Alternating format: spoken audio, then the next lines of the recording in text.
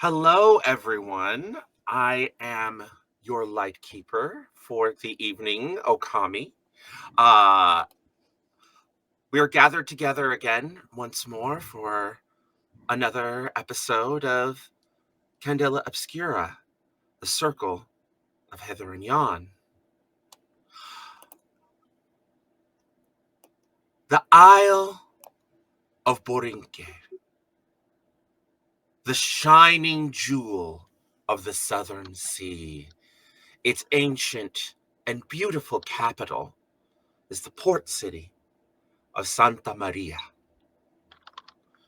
Santa Maria was once a colonial seat of power for Old Fair and is the location of a massive cathedral dedicated to the island's patron saint, Santa Maria, built by the Ascendancy missionaries.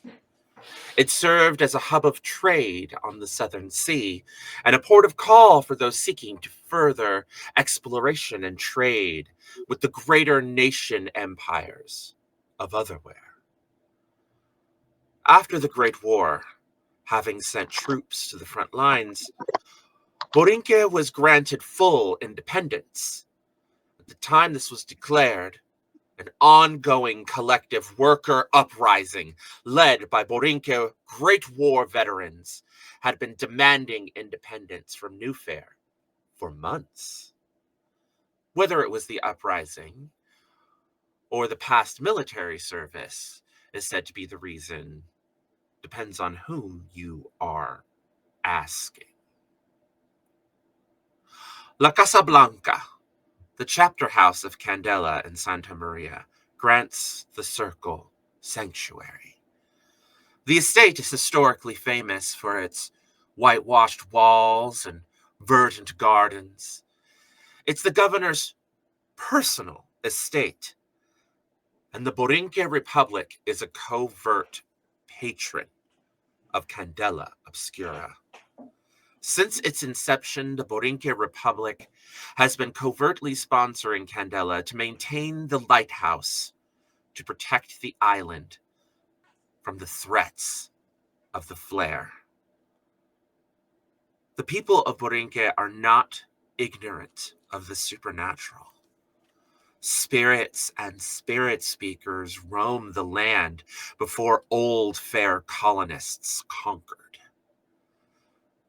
This new, struggling island government is taking all the allies it can get, silent or otherwise. As an ally, Candela cannot take sides in any political conflict. However, it will not refuse the protection and hospitality of the Republic of Borinque. Here fled the Obsidian Plutarchs, George Winston, their callous leader, is seeking to grasp the power of the Lord of the Underworld. This hidden actor responsible for the summoning of La Chupacabra. They must be stopped. And so begins assignment number 370, The Shining Jewel. We open on the deck of a ship. The sea mist spraying in the air, the smell of salt and sea filling your nose. Distant, grayish clouds promising rain within a few hours' time, but for now, illuminated by the brilliance of the sun in the Southern Sea. Standing on the bow of the ship, we close in on Mr. Griffith. Grayson, can you describe to us where you start, where your thoughts are?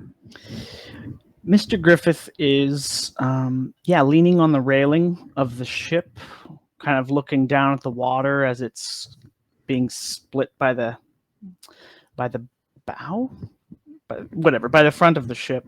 And he's holding his pipe, and he's kind of just sitting and staring off into the distance, kind of middle distance, not really focused on anything because it's nothing but the ocean in front of him.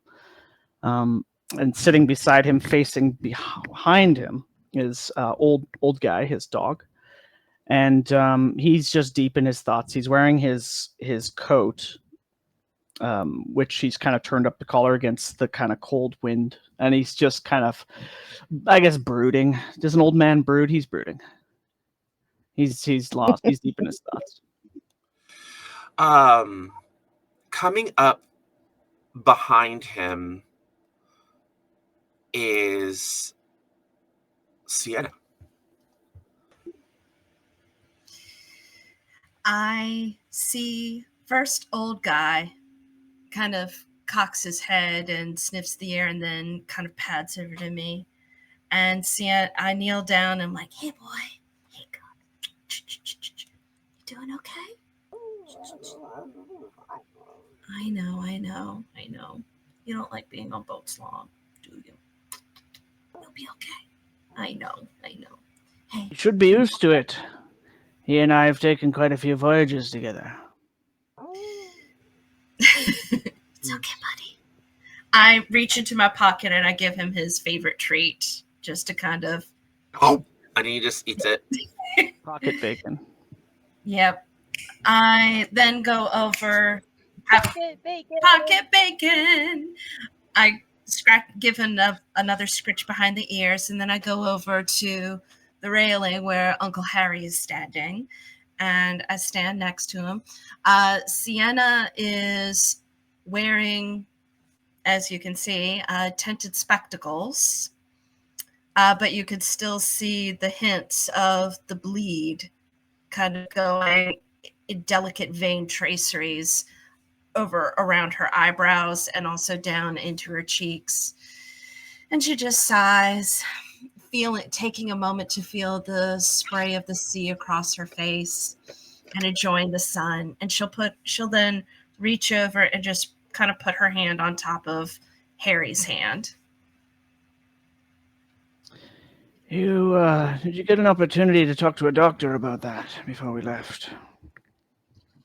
I can see perfectly fine. It doesn't even hurt anymore. It just is. How about the memory of what happened? How's that been for you? Been sleeping okay?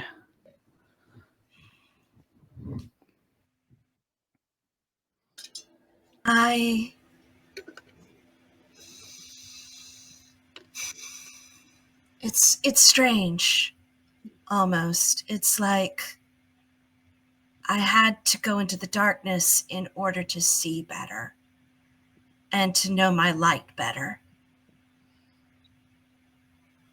Uncle Harry, I know you don't believe, but I also know that this wasn't your fault. This was not your fault. Am I so transparent that I'm feeling sorry for myself over here? Yes. It doesn't take a psychic to see that. Wow. Really, I'm just an old fool. You needn't worry yourself about all of that. I'm more worried about you. I'm fine. Well, I'm not fine, but I'm fine with not being fine. Do you know what I mean? Oh, yes. You remember Mother, right? Mother was just as practical and is just as practical as you are. But you know that she came from the Isle of Serenity. And even though you didn't hear her accent, 3 or 4 years of medical school kind of punched it out of her.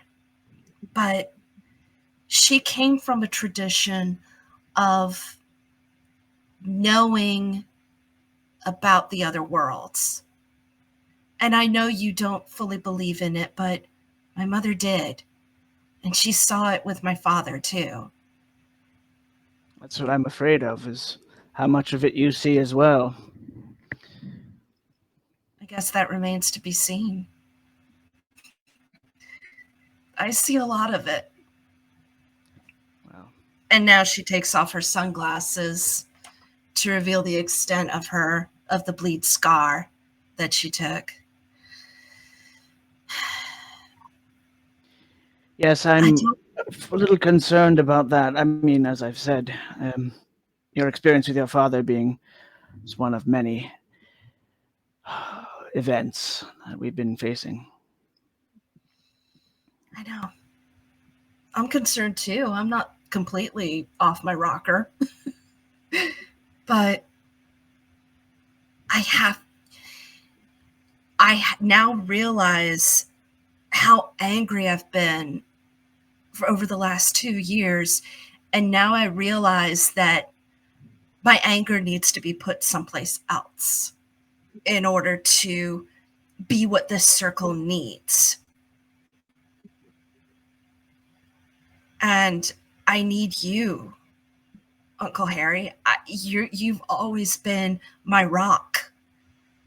You are our rock, and we need you as we're going into something we don't fully understand. I'm a little concerned that I'm not up to the task either. I mean, George just fell from the sky. For the record, I hate the name George. You do now. I really hate anyone named George.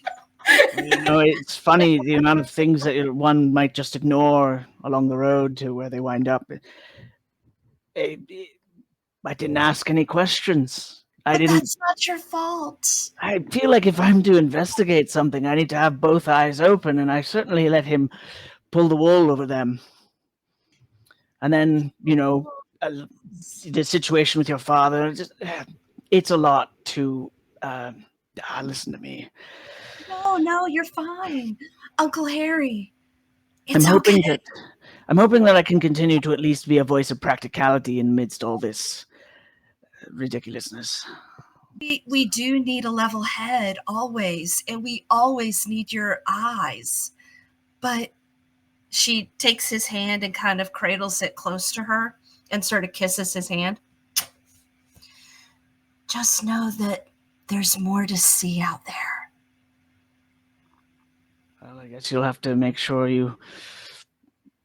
with these fancy new eyes, you see it for both of us. I'll certainly do my best. Hey, you know I love you, right? Of course. Of course. Dad is going to be fine. Yes. Well, maybe he won't be, but I'm okay with that. At least I saw him. That's shell shock for you. They're working on him. I'm just going to cradle his hand to my cheek. We'll find a way around it all. Uncle Harry, if there's one thing that could make you happy for just a small bit of time, what would that be? He kind of stares off for a second. His smile kind of drops. I've got what I need right here. Aww. I love you too. The camera lingers on them for a moment and then shifts and moves to another part of the ship. Kalki, where are you? Are you alone? Are you with another member of the circle? I think Kalki, before she would have retreated to her room, she would have gone to all of the neighbors of her suite on the ship, on her cabin, all of the neighboring cabins. She would have knocked very politely and said, I apologize for interrupting, but I am a person from the nation of Spatpur, or the city, and there are certain religious practices that I uphold as part of my faith. If it would not be too much of an issue, would you permit me to, there would be some chanting and praying, but I shall keep it at a lower pace or volume, but I will also have to burn several herbs as part of the ritual. If that is permissible for you, I would really appreciate it. If it is not, I shall try and restrict myself. But if that is they're possible, all very, the fact that you asked really puts people kind of on the back foot. And they all comply. They all say yes. Like, first, they're struck by how beautiful and attractive you are. They're struck by how polite you are. A few of them, much to your delight, make statements like, you don't have anything to, make statements like, oh, you shouldn't even have to ask. What? Huh? We're in the Southern Sea. Like, of course. Like, and then the other half are just kind of like Newfarians on vacation that are just sort of bewildered and overly stuffy and unfailingly polite. Does she get a, well, I never, or anything like that? No. I think because you're headed to the Southern Sea, it's filled, and your character's force of personality just for the purposes of teaching the game to our audience. And to be it fair, very explicitly says in the Candela book, if the guy doesn't think you should have to roll for it, don't roll, move on. And this feels like a situation where, because you took the time to ask these people, she's so charming too. You get what you want. And you return. I'm assuming you're performing a ritual in your room to kind of. So this would be an interesting time, because I have actually never described how Kalki looks till now. Like, on stage. Yes, go ahead and give us a full description. Kalki is a dusky, long-haired black tresses that curl, with one streak of it that is a deep white ivory that is towards the middle of her front, kind of like, bunch. She seems to be in her late 20s, but she's actually 42. But excellent complexion, bone structure, and good living, and her own practices of yogic meditation and etc. She's a paragon of health and virtue. Well, that is questionable, I suppose, depending on the audience. But she is beguiling in her own straightforward honesty. She has no time for deception, because there are far more important things to hash out.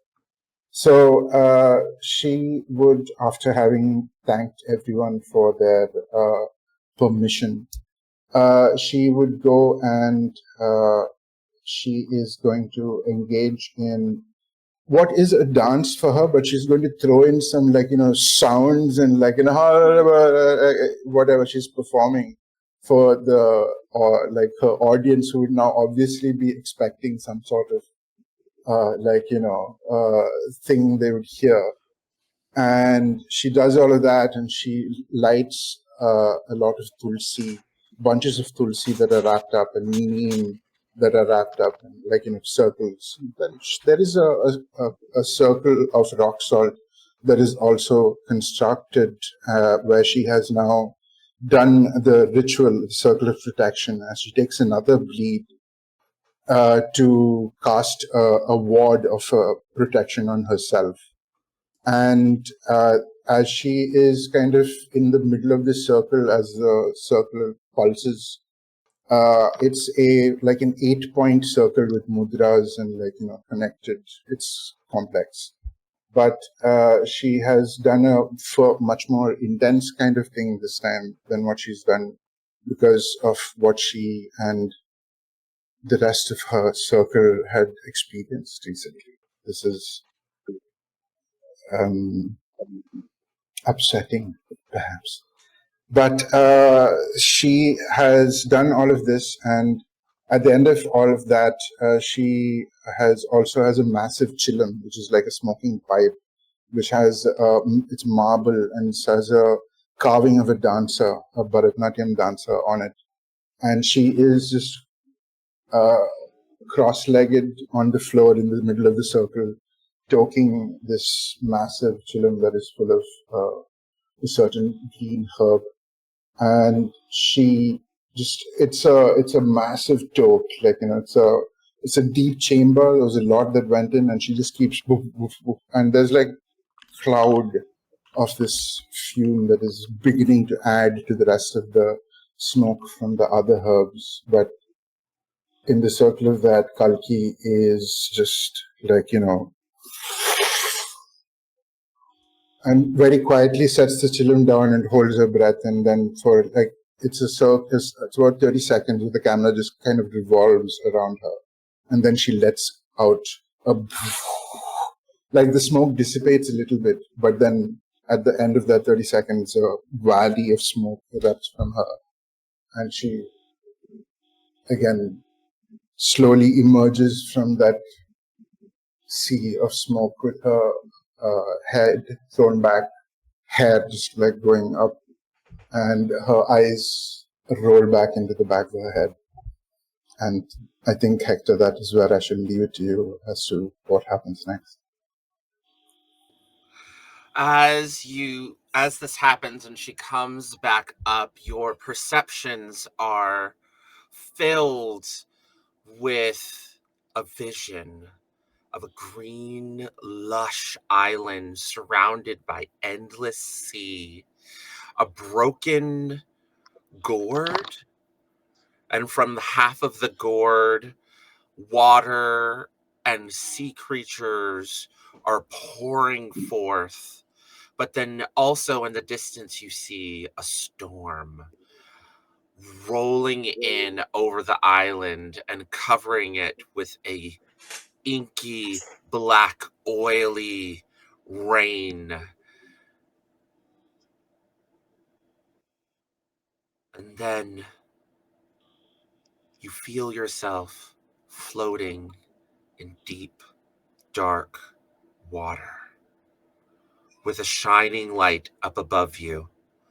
You reach up towards the light and you pull up and you find yourself outside of a lighthouse.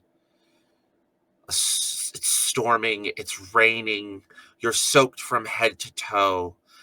You're in this ancient lighthouse, your bare feet making splashing noises as you inspect and walk around. Your hand involuntarily goes forth, almost as if you were like watching a movie. That it's more vision than participation, but it keeps kind of blurring because it feels lucid. Do you want to reach out and to the light, or do you want to watch? As a member of the Iyengar family, as mantris who have upheld the virtues and structures of light on our existence, it is behooven of me and my duty that I seek the light, because that is what a member of Candela Obscura does. Your hand reaches out and you touch the light. And there is a burst of light within you.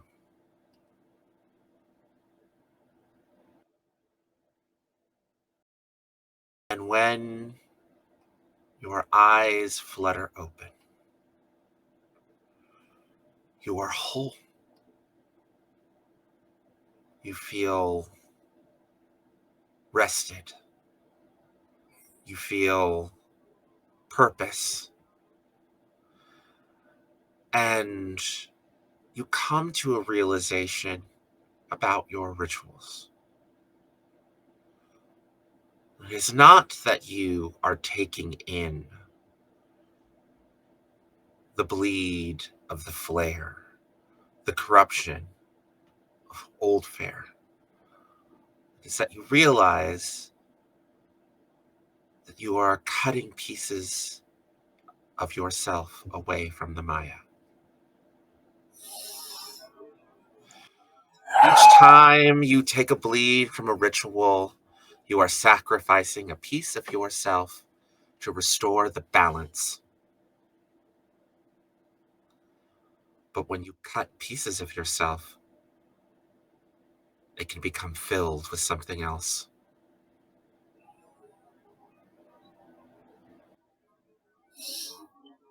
As she comes to this realization, the smoky kajal and the eyeliner that she has, it kind of flares off to a kind of peacock swirl.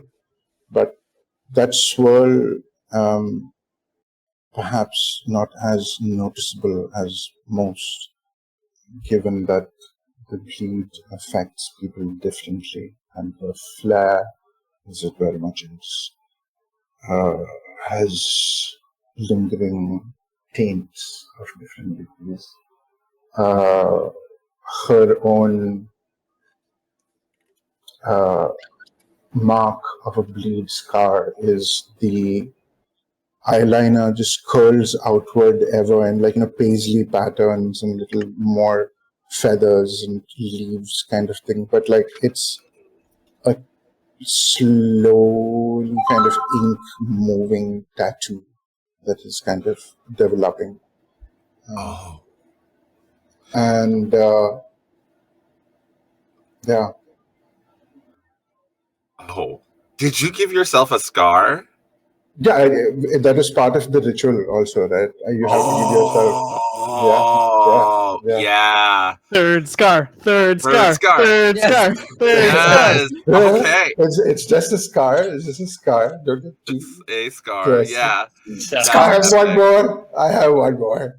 That is. I mean, I'm at 2 bleeds now. You're I thought you were 2 scars in. I was like, whoa, slow No, down. one scar, just one Slow scar. down. No, I'm only at 2 bleed. So You're at 2 bleed yet. I can Gotta technically reattach take those 2 pieces more. of yourself. Right? I can take 2 more technically. Right? Oh yeah, there's a difference between bleed and a scar. Yeah. But your bleed is manifesting in this weird tattoo. Yeah. Gotcha. All right. Yeah. Oh, not a scar yet. You can take. Oh, it's 2 not more. a scar? Okay. Not yet. Yeah, it's just a point of bleed. Okay. I just wanted to rewind that. So your character, the camera shifts from you in the state of awakening and moves to Agatha. Where are you on the ship? What did you do in this moment before arriving in Santa Maria as the camera moves around and travels to Agatha? Agatha is in her suite at the desk, writing one of several letters. There's already a small stack off to her left, and she finishes the one she's working on,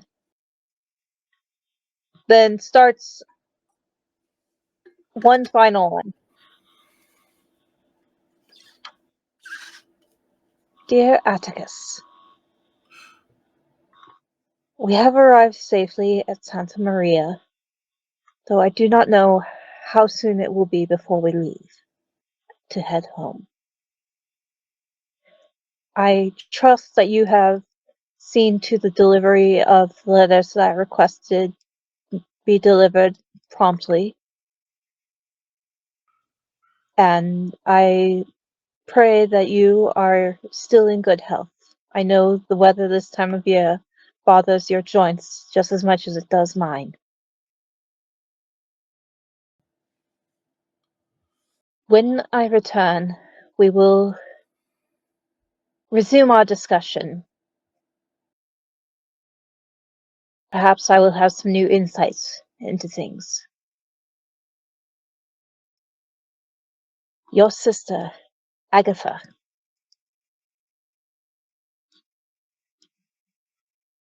She reads over what she's written, crumbles it up, and tosses the letter into the waste bin, which is about half full with similar attempts.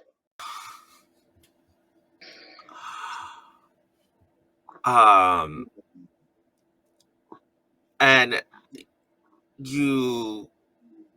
I'm assuming you grab a clean sheet of paper, some ink, and start again.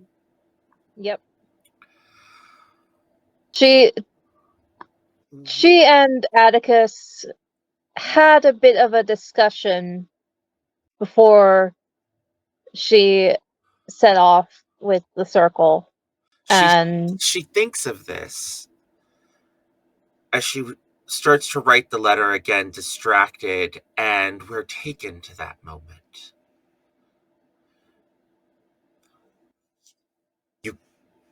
You should not go traipsing halfway across the world again in your condition. Atticus, I understand your concerns.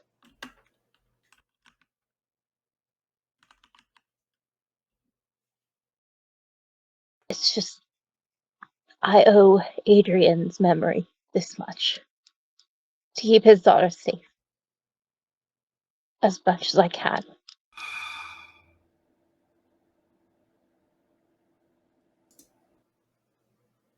Adrian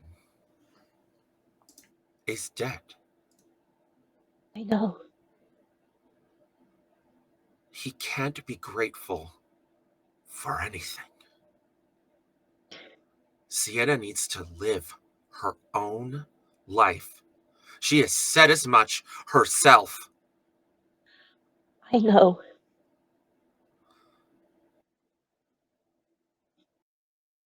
How many more people have to be sacrificed to Candela?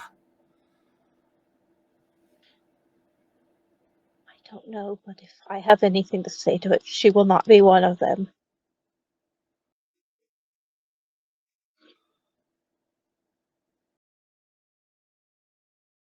Nor will Harry.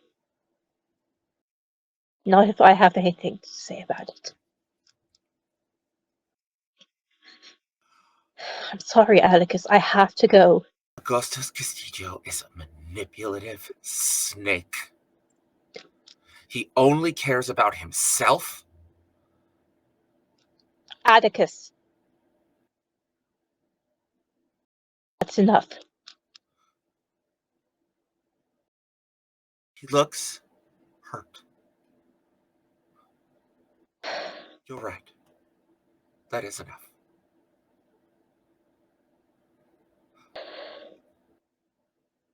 And he just sort of like indignantly like gets his briefcase and his things, his eyes filling with tears.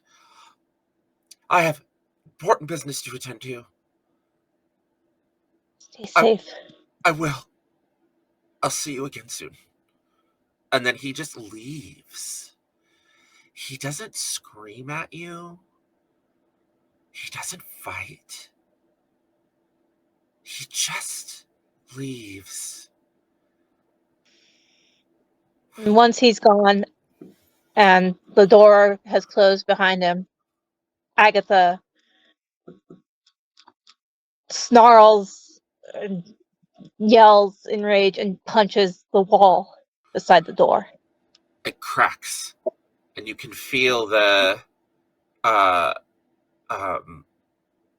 creature, the parasite. You feel the warmth behind your eye, and you pull your hand back, and there isn't any damage to it at all. Not a cut, not a scratch. You could feel a warmth pulsing under your hand. I'm running out of time. I need to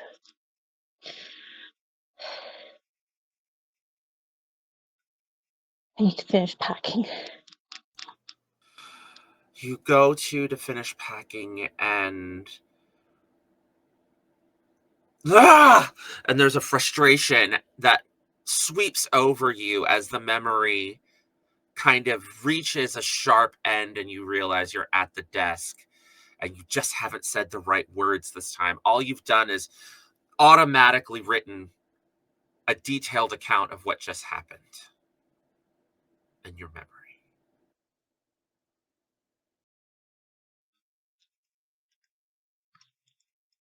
Would you like to pass the camera to the professor. Yeah. The camera pans, and it goes to the professor. Enrique, where on the ship are you? Okay, Enrique is on his very own room at some sort of desk that he has over there near his bed, the cabin, and a window that just shows the vast sea in front of him. He's with his trusty book that he has with all his spells and glyphs and everything at hand, open on a book. Some carvings on the side of the desk that he has been working on, done with a knife over there. A pipe by the side, similar to the one that Kalki had, which shows that, for obvious reasons, Kalki might have given him one. And a glass of whiskey, mostly empty, by the side. He's just grabbing his head as he continues to look over the pages, glancing one by one. A sigh, long, coming from him, as he raises his face again and looks at a small portrait that he has on front of the book. A woman of around 20 short-ish years, standing tall and next to a wall, long black hair, and looking young. At the side of him, a small kid around the teenage years. This looks to be an old photo, even older than the moment that we are in. And he just looks at the ring that he has on his collar here and looks at it, starts to look at his hand, and you can see another similar ring on that hand and kisses it. He sighs one more time and keeps going over the pages. And in fear, just grabs the glass of whiskey and pulls it to the side, crashing to the side of the wall in frustration. He puts his face on top of the book open. And you can hear saying softly, Borinke. As he stays there for some time, with some smoke coming out from the pipe by the side.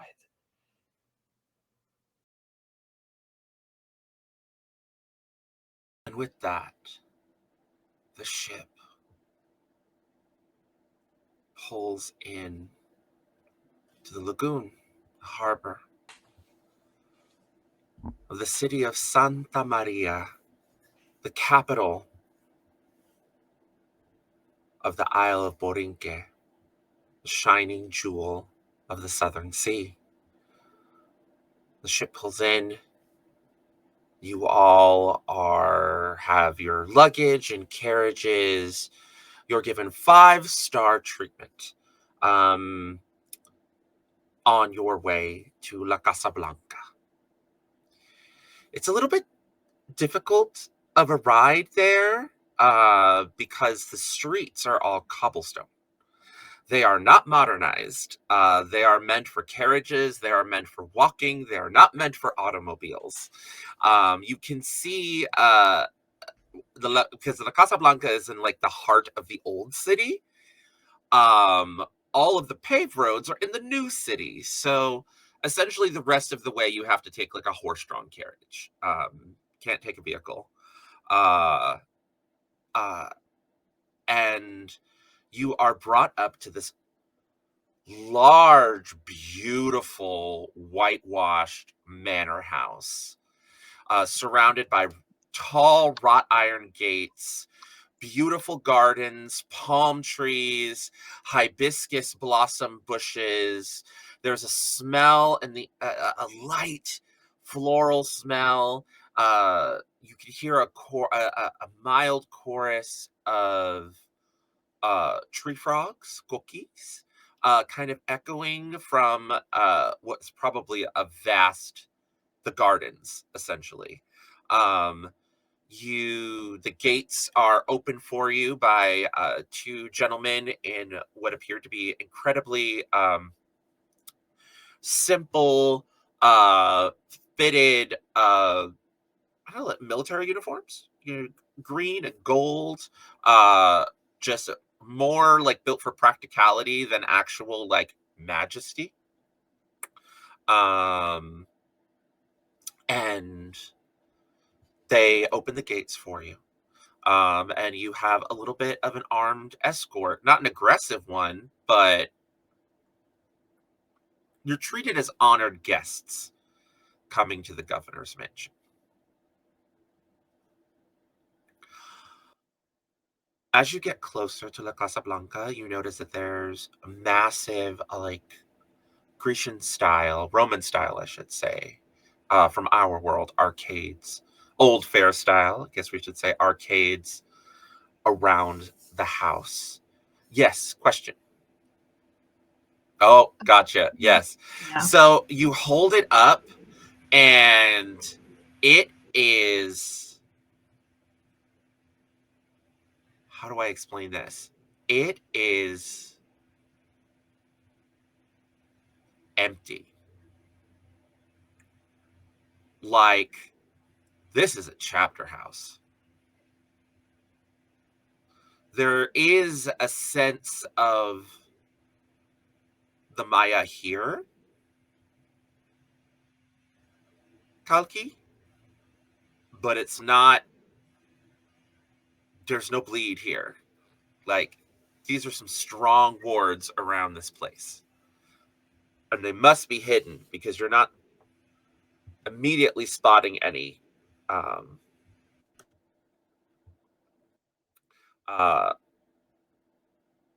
The doors, there's these massive reinforced wooden doors that open and allow the group of you into the opening hall. It looks like a lovely plaza. There's high vaulted ceilings, beautiful tile floors. Everything is like in white and cream and ironed and polished wood. And as you enter this main kind of plaza where there is like indoor plaza essentially, with different kind of seating, a large table, big windows that are open so you can get to feel the breeze that's coming through. And standing in the middle of the room is a woman. She looks to be in her 40s, perhaps her 50s. Long, red hair. I will approach. Done and a braid. Pause. Done in a braid in the traditional style of Serenity Isle. Wearing a simple cotton dress with a flowing skirt, similar to the that women wear traditionally here. Actually, not the underdress. She's wearing the peasant blouse, kind of airy, flowing skirt. But over it, she has, like a really tight sash to kind of belt it that has some interesting, like, bells and charms on the side. And then like a leather doctor's kit that one would fill with like bottles and medicine, and an over shawl that looks to be like woven by the mountain villages that live in the highlands and the mountain ranges of Borinque that you recognize, Tomas. And it is the spitting image of what Sienna is going to look like. As you all see standing there, greeting you, various other individuals arrayed around her. A young man that bears a spitting image to Agatha, except there's no injured eye, and is obviously leaned into, is masculine presenting, and but rather dressed in an explorer's outfit, is dressed in like a tweed jacket, you know, letting button up, which has no tie. He's like sweating profusely in this heat. Slacks and workman's boots, which he looks uncomfortable in. And the woman in the photo that we saw earlier, tall, regal, but wearing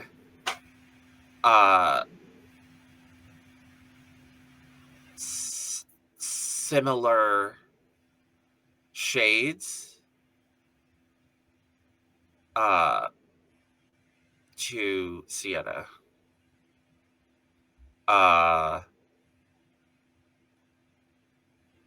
And as you all see, and meet a new circle, or at the very least, the members of Candela here in the Borinque Republic. Veronica Weaver Ballard, Sienna's mother, Atticus Payne, the twin sibling of Agatha, Lourdes, believed, driven, mad, and lost, Enrique's wife.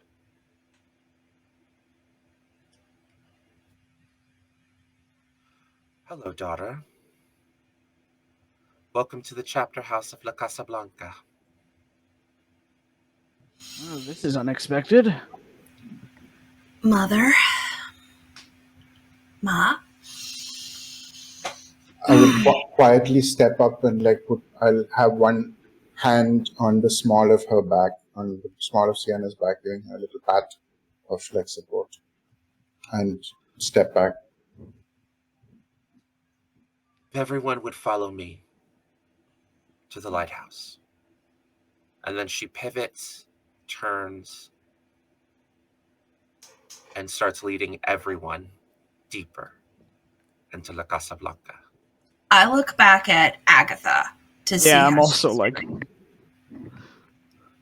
and also at Enrique. I'm like, Enrique's frigid in place as if he has just seen a ghost, looking straight at Lourdes, this woman that just was described. fully half our party just dissociates. I will say,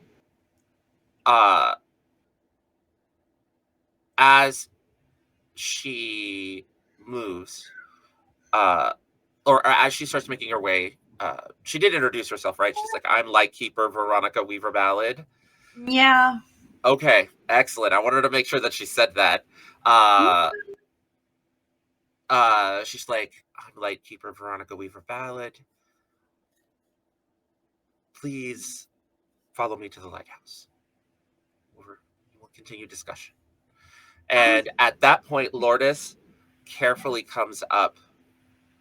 She's got these weird, like, mirrored spectacles on, and goes to reach out, and Veronica says,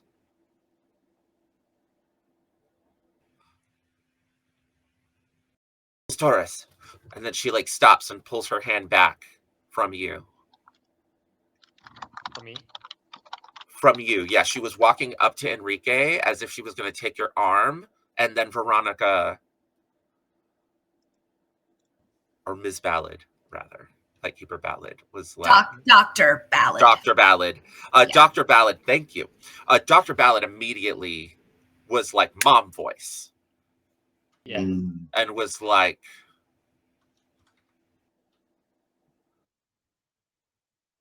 this is Taurus. Business first. Then family. And she kind of retreats into herself, her shoulders slumping, and just turns away from you. Like it feels like there's something wrong.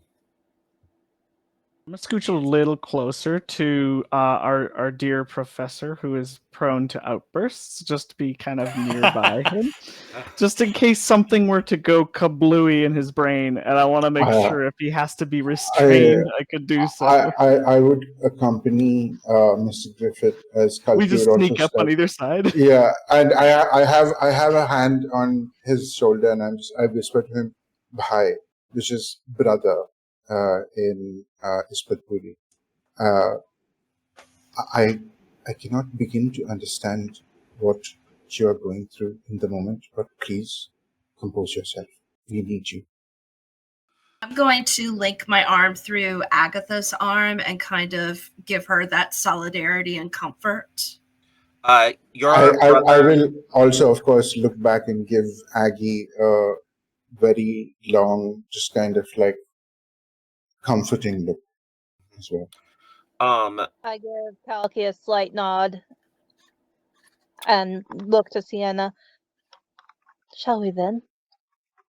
Hail, hail, the gang's all here. Can I do a sense on Lourdes? Can I sense roll on her? Yes. I will say... a couple people too? This is what we'll do. Okay. Atticus walks up, like makes the turn, right? But gets closer to his sister and says, family later, but you forced my hand. And he keeps walking faster. We will discuss things later then. And you all are walking through the La Casa Blanca, which is like a beautiful, like almost palatial estate. Eventually, you find yourselves going through a garden, which leads to like a separate part of the house. And when you go through it, you get that same feeling of walking through a waterfall. But before you get to that point, go ahead and give me any sense rolls that people want to make on the assembled members of Candela that you have just met. I wanted to do read instead, but yeah, I'll read. Okay. I got a 4 on the gilded. A 4 on the gilded.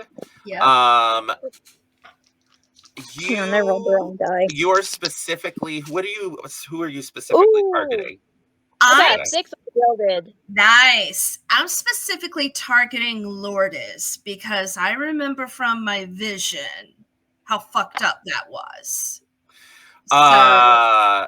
You sort of reach out and you get a flash and a vision of what happened, like what you saw in your vision.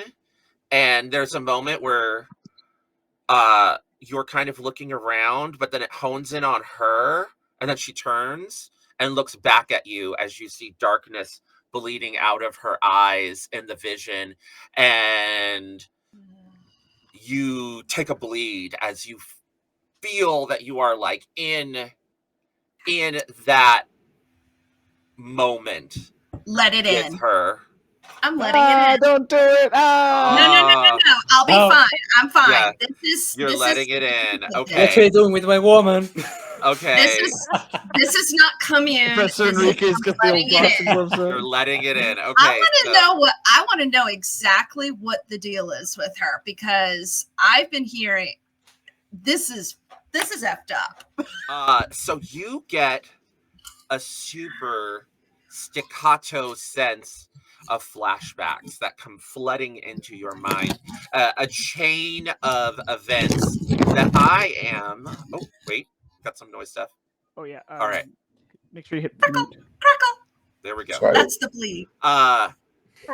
We're gonna do a little bit of collaborative. It's the bleed. Tomas, Yes. there is a fractured series of events that took place between you and Lourdes that no one else at the table knows. Yes. We've worked this out. And Sienna has dug deep into Lourdes' mind. But I want to give you an opportunity, because it's your backstory, to smooth some things and fill in some details. So what scenes of the timeline do you want the Flare to share? What would your character not want getting out? What is the saddest? What is the most painful, but also the most informative? The most painful for me to describe? For your character. Not necessarily for you, the player. Yeah, that's what I meant. Yeah. Hey, we're playing a horror game. I have to clarify. That's okay. Sometimes what your character is afraid of is not what you as a player is afraid of, and vice versa. I specifically need the professor's informative, terrifying, painful. Those are the three things I want to give you. Okay, you might be able to. Do you want me to describe like a scene for this? Yes, yeah. Go ahead. All right. The professor, Don Enrique, will come from his long day at the university, at his home, and there it is that he will encounter the room where he and Lourdes spend the day together when they meet up after work. And it is at this moment that he has a crush on the whole situation, a shock, let's say, of the curtains pulled close, lights coming from rooms in the ceiling, in the walls, in the ground, some sort of dream weaver coming from the place that is closely spinning, a bell that is like doing some small ting ting ting in the background as he sees Lourdes pulling over a huge tome over a desk, going over a huge page and pulling her hands over the pages, trying to go through them, going quickly as she keeps doing some chantings. And the hair of her is all going all over the place, all going all weird manners, as a photograph of a person in his 20 shorts, a man, some beard, looks young, appears on the corner, and there's a strange sense of loss that is felt across the room as he encounters this all. Enrique knows of this. He has met something similar to this before, but nothing as it is right now. And the whole sort of spirits going around her in purplish hues as he keeps doing her chantings, and the bell keeps sounding ting ting. The Dreamweaver keeps spinning as some sort of wind keeps going over and over, and the the window to the side keeps going as if wind is trying to pass by.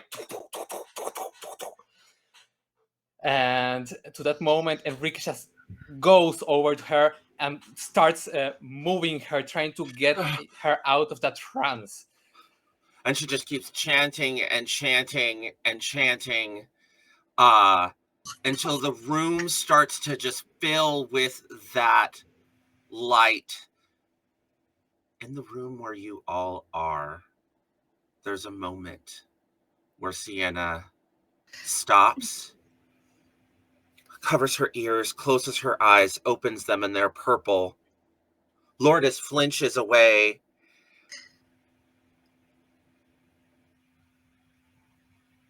I just nod. I'm like,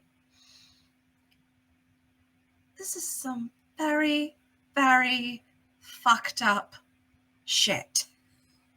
Can I try and read that? The reaction? Yes, but we're going to go to Harry, and then I think Agatha, you had another one? I had a 6 on the Gilded. 6 on the Gilded? Yep. Hold on, let me get Harry's die result. I have no ranks in read, so we're doing disadvantage on this roll. Like, give me those marks, baby! Risk. A 6 and a 2. Oh! A 2. All right. We're going to go on the 2.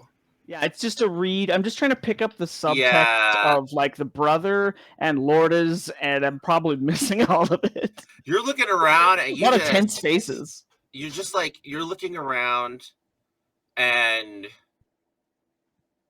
it's really, really twisted and really frustrating. And as you're trying to make sense of it all, you start, something starts cracking in your head. Like seeing some of these people, being around these people, it's just, you're starting to remember some things. Take a brain. Yeah. Get a little headache. Like, as like you get a vision of yourself 10 years ago with Agatha and Agatha's wife and Veronica and Adrian and a multi-mouthed creature, and you shot it. And then why would you forget about a monster? No, it has to be an animal. And then you take a break. it's that movie. It was It's a a movie. bear. Oh, Yeah. It was a picture. oh shit. As Someone had an imagination. As the stress of the situation is essentially like broken and giving you back a piece of your memory that you don't want. Oh my Ooh, god, Daddy. this is Horrible fucked. drawing of a child or something. Mhm. Just kind of mumbles to himself. Anyway, that's me. I and want my then- marks.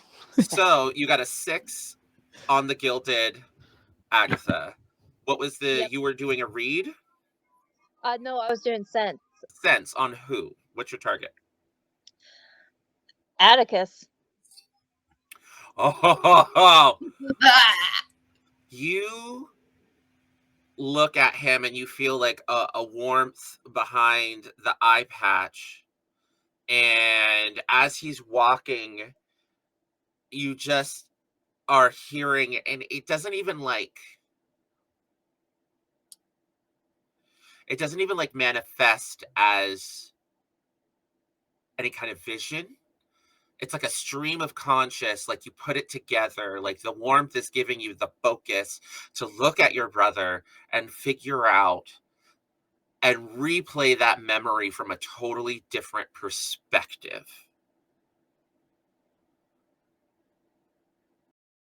You go back, you rewind. He pauses and he says, "Right. I have something incredibly important to attend to." And he starts gathering his things, but this time you're seeing it from his perspective.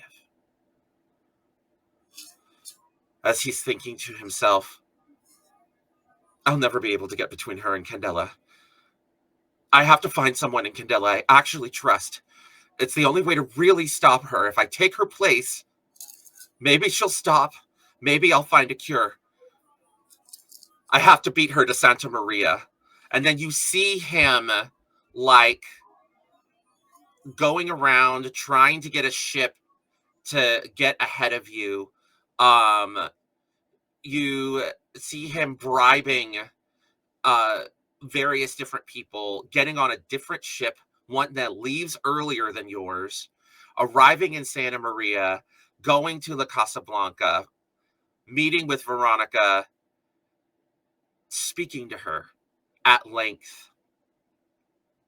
Veronica looking displeased, and her handing him a Candela pin.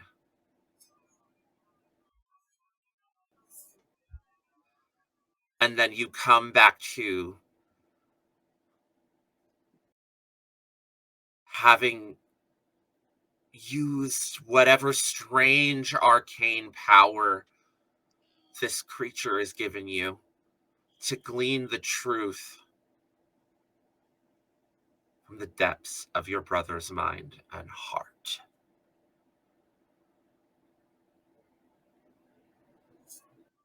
You all go through and arrive at this guest house. Kalki, what would you like to do? Earlier, when my ward's absentee mother was in our presence, I was trying to get a sense read on this unmentionable. Yes. And in my clear intent and pure pursuit of aid for my ward, I rolled a critical success. Okay. Go! It's good that you rolled a critical success. Yeah. Go! Hugo. You focus, and almost like a golden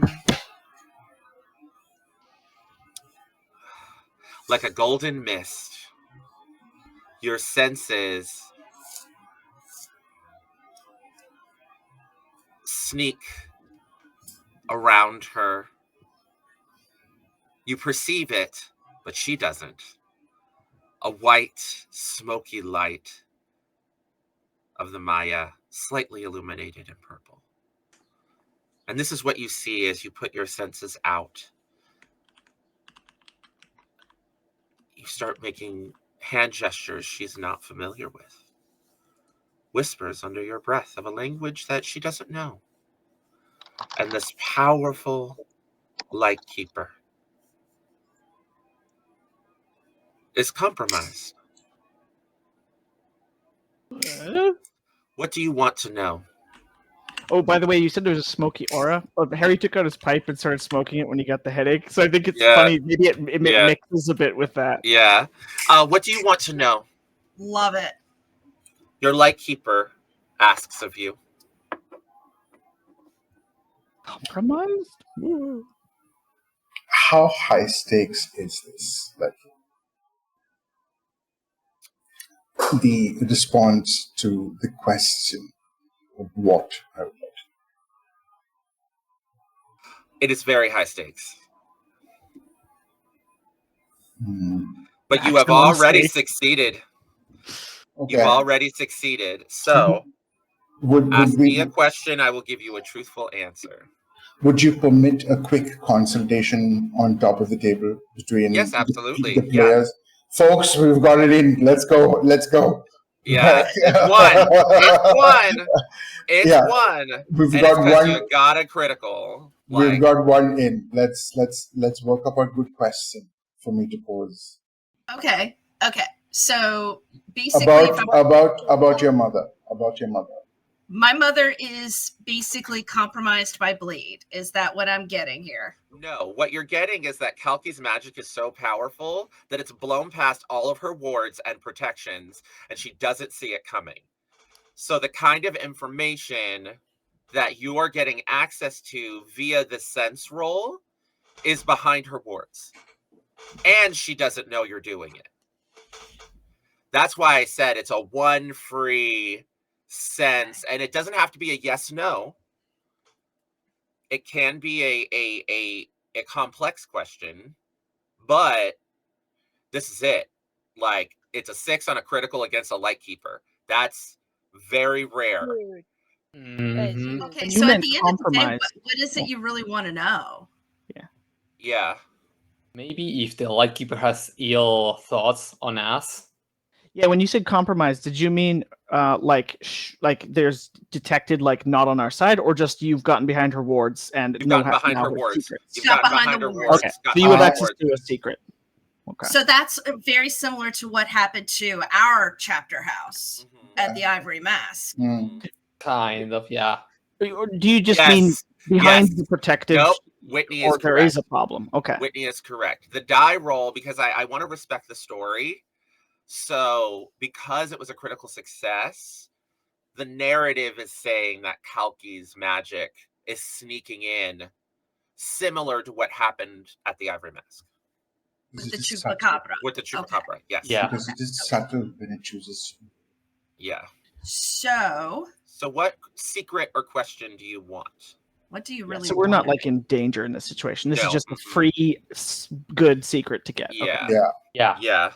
Okay. For a I- given I- one definition of question. free, that roll could have been biffed, and then it could have been really ugly. But that's neither here nor there. Get wrong information. No. An Oh, upset Lightkeeper. Yeah. Worse. Then we couldn't than- hold Enrique back. He'd be like, "Oh!" And when my mom is, Let and when- me No, it's okay. This is best case scenario. and when Okay. Sienna's What? mother's pissed, she's pissed. Yeah. I've got a question. Okay. Oh. What is one piece of information that she knows about what's going on that she is keeping from us? Also, why is she here? Why are Yeah, all of that your one. people So, here? Well, this that's is a my, great my question. suggestion for a question is, what does she know about what is happening, and why is she here? Yeah, it's a good one for Megatron. That's Yeah. super, Uh, I think. You know what? You got a crit, so I think I will marry those two. Yeah, they're pretty related. That's fair. Thank you. Okay, Let's are we do ready? Oh, thank you. Okay. Yes. You reach in and I'm going to give you also something without a roll. The flinching reaction from Lourdes earlier, you had asked if you could get a roll for that. Don't worry about rolling. I will give it to you. Lourdes was touched. Sienna did something, but it was wordless. And Lourdes was uncomfortable with whatever was shared and embarrassed, particularly when it comes to Enrique. And that is what her body language is telling you. You don't have the why, but you do have the what. All free. Thank you very much. That is very informative. You look and reach out. What does she know? She knows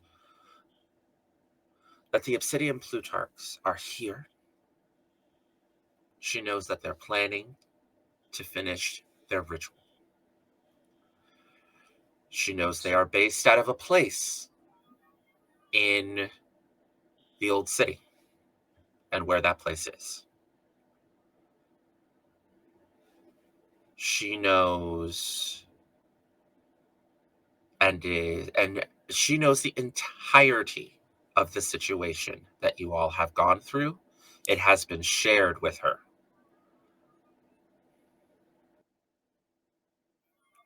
She knows where they would most likely perform the ritual. And she also knows several individuals that may be able to get you more information and aid you in the situation. Why is she here? She's here to get away. She was assigned to this lighthouse She has friends, connections here, most likely through Don Agosto, and has decided to take this up as her post because she knew eventually the Obsidian Plutarchs would come back here, and that her daughter and the rest of her old circle would never be safe while they were still operating out of New Fair, and she wanted to be here for when they came to finish their plans. And that's why she's here. And you sense that come to you before you arrive at this guest house with a waterfall that you cannot see. I think for a moment, Kalki's face, which is usually a picture of very controlled calm and listening, buckles into just snarling sneer for a second as she regards this person that has... and she will kind of like a passing, almost a very subtle movement, a very quick thing, but there's a moment where she, her hand will dart to her own navel, and it will ghost away as she clenches it into a fist, as she grinds her teeth so much that a false tooth actually cracks, and she controls herself and comes back to a calm, just kind of with a little hint of disdain. And with that, as you all go through the entrance into the lighthouse, one of the most ancient lighthouses, you find yourselves in a circular room with a low table, comfortable chairs, brightly lit with beautiful, large, ornate ship's lanterns all around in this circular stone building. There's a brazier in the middle, keeping the room warm, and an array of foods and such laid out for everyone to sit comfortably. Café con leche, hot coffee with steamed milk, is there with honey and sugar ground straight from the cane, there to sweeten as much or as little as you like. I make a beeline for that. I'm like, ugh, yes, good. And she walks around, Miss Ballard walks around and finds a comfortable chair to sit and motions to everyone to take a seat, have some food, have something to drink. I will go and go with my arms out to Agatha and Sienna and come, we have to feed ourselves. And I will pull us all to the nearest table and make us sit next to each other, and I dole out food onto their plates. I think I would know how Agatha likes her drink. Is it tea or coffee for Agatha? I'll bring over a cup for you, so you don't have to get up, get it yourself. It's coffee? Yeah. I'll bring you your coffee the way you like it. I'm actually going to get my food and my coffee, and then I am going to deliberately set it down on the table in front of me and kind of just look at my mother through my sunglasses. And then I am going to deliberately sit on the chair and throw my legs over the armrest and be like, "So, Mom, what's up?" Her eyes narrow at you. And with that, I'll also get coffee for Kalki as well. And with that, we're going to take our break. Okay, good point. We'll be back in 10 minutes, where our circle will be speaking with their new Lightkeeper. God damn it. So, what? We didn't agree to this. There was no paperwork. We missed the email. It didn't happen. It's all good. It's all good. All right. We'll see you all in 10 minutes. for a tsunami of sass. We're back with the second part of our Candela Obscura episode. So, we're all in a circular stone room, high vaulted ceilings.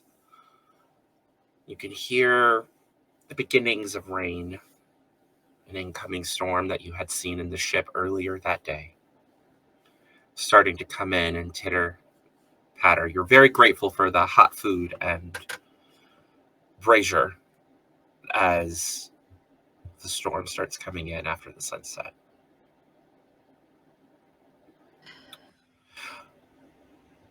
As I mentioned before, my name is Veronica Weaver Ballard. I am the Lightkeeper for this chapter house, La Casa Blanca. Some of you are acquainted with myself, some of you are not.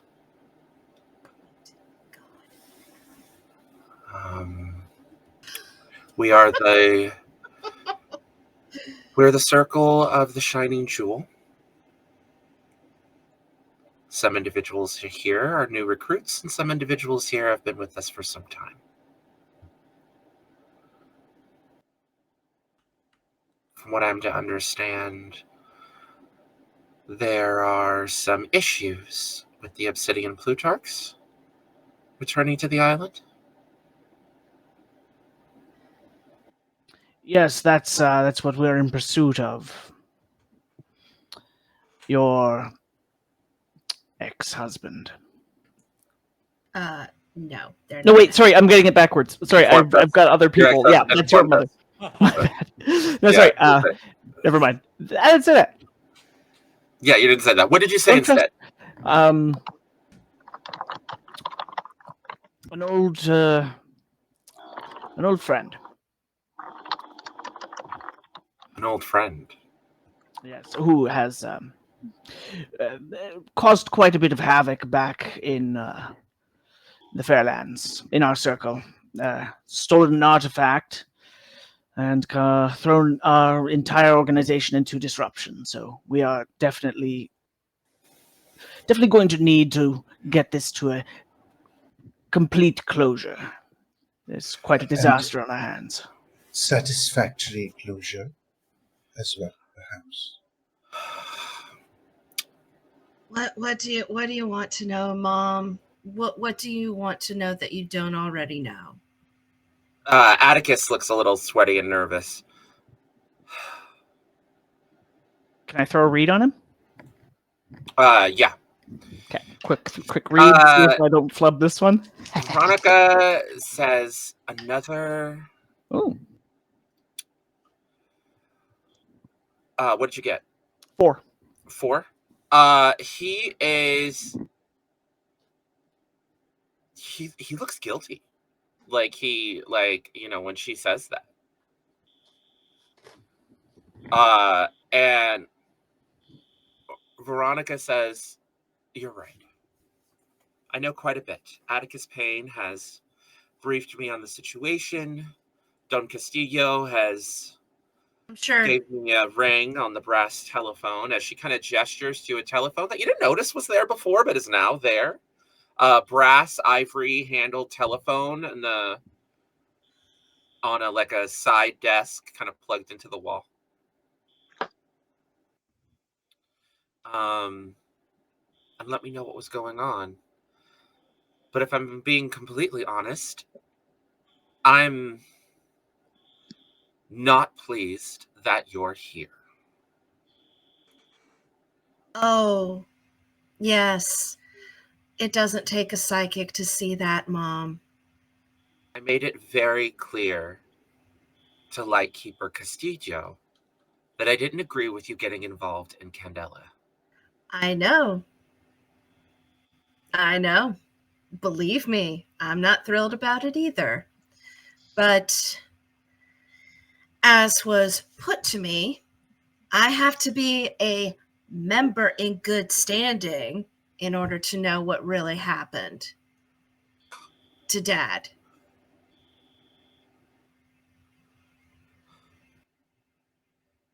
Yes, it's been a rather eventful. Would you like to know? Oh, you Is already that how know. is that how you got roped into this? That's how I got roped into this. Oh, But then, I know how you got roped into this. oh, But you, Harry, I do apologize. you were No, I supposed got. to keep Sienna out of this. Yes.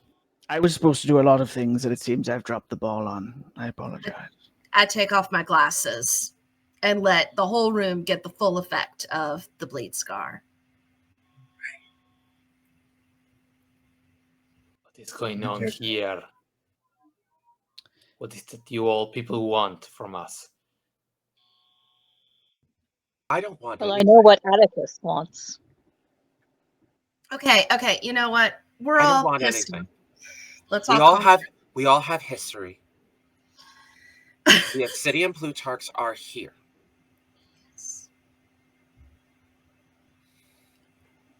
And men named George suck.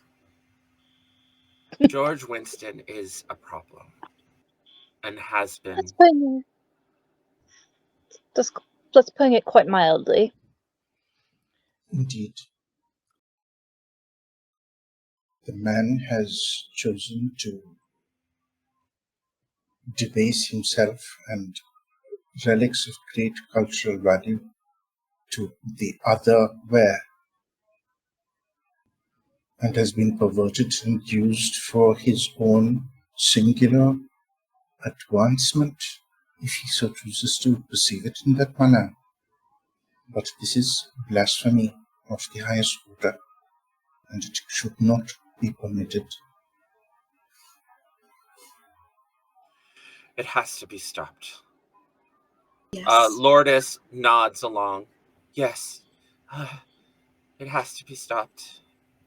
I actually take a moment and I look at Mom. I go over and I actually take my mother's hands, which part of my mom's scarring is involving her hands are kind of like more varicose than that's one of her scars. But they're still strong and capable. She's a doctor. She wouldn't let herself be incapable. And I take her hands and I look into her eyes, and then I look over at Lourdes and I said, Dad showed me what happened, what really happened. It wasn't your fault. It wasn't either one of you. At the end of the day, Dad was brave. Foolish, but brave, as he always was. But George Winston is what made him become what he became. For your peace, I'd like to do something about that.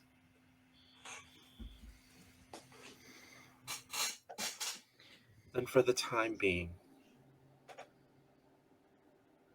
welcome to the Circle of the Shining Jewel.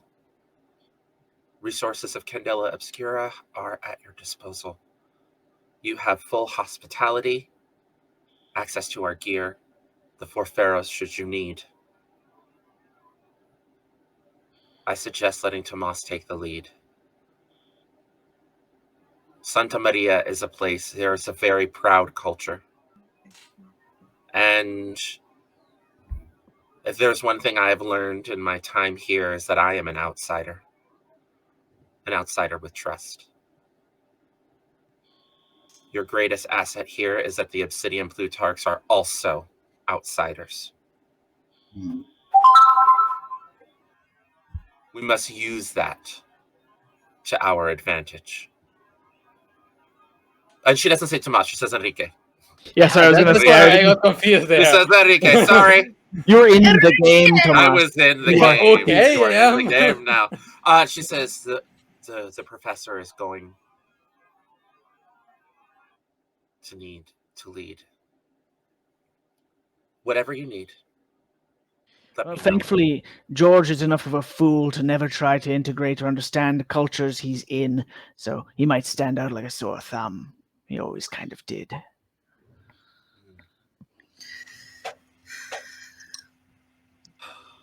What do we need to do? Enrique, we need you. I will accompany you. I will try to do the best that is at my disposal, given the proper information. Should I keep wearing my sunglasses to avoid scaring the straits? That would probably be a good idea. Yes. Well, it's a good thing I packed a veil. They're quite popular, especially for around the cathedral. Veils, that is. Understandable. Mm-hmm.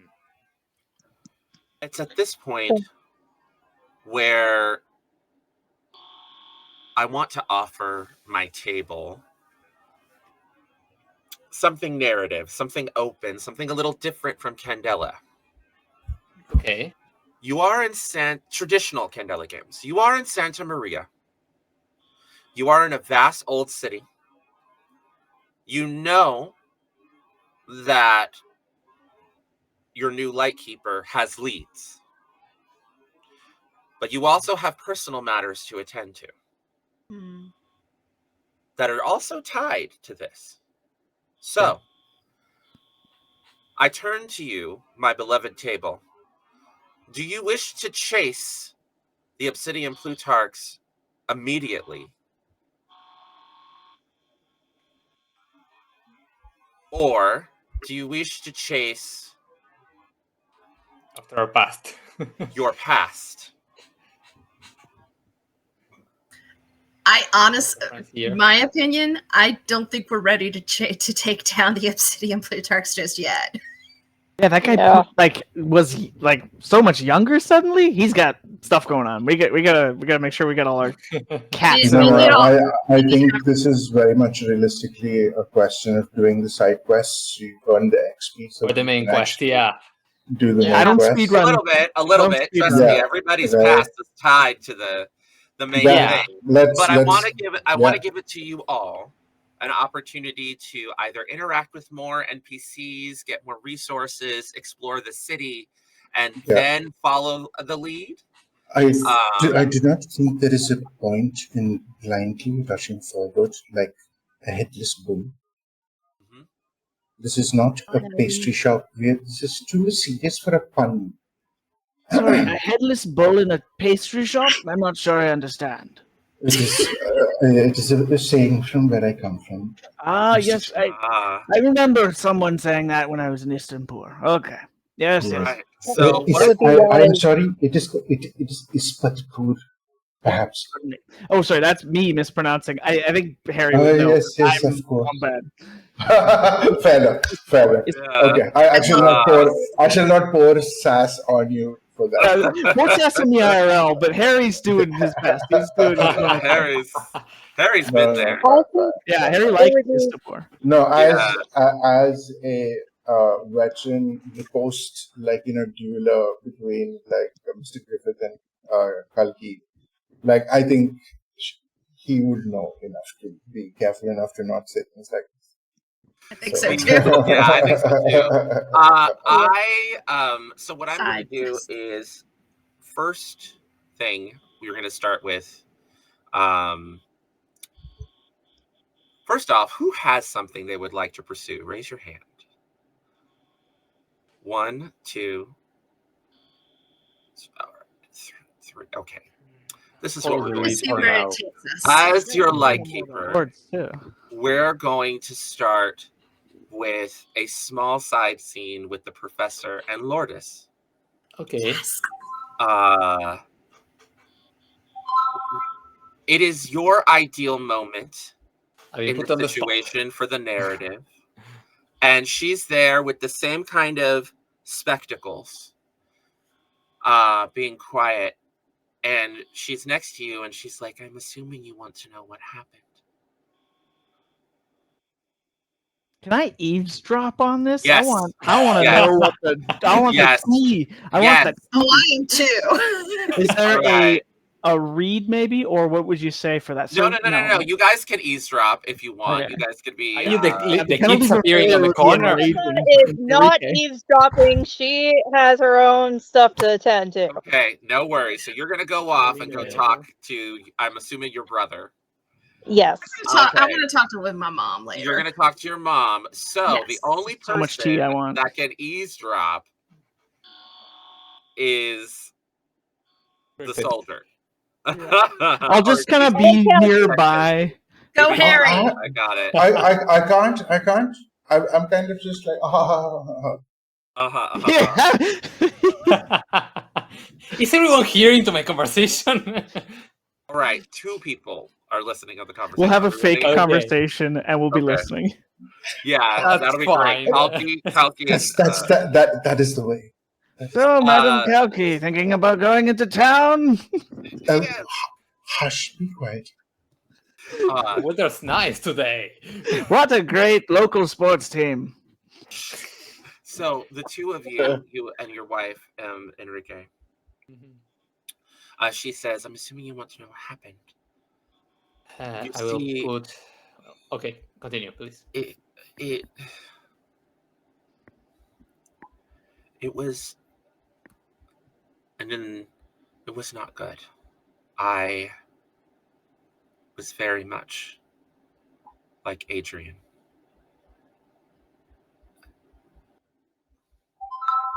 That's what I saw last time, at least. Dr. Ballard was able to do some treatments, some help from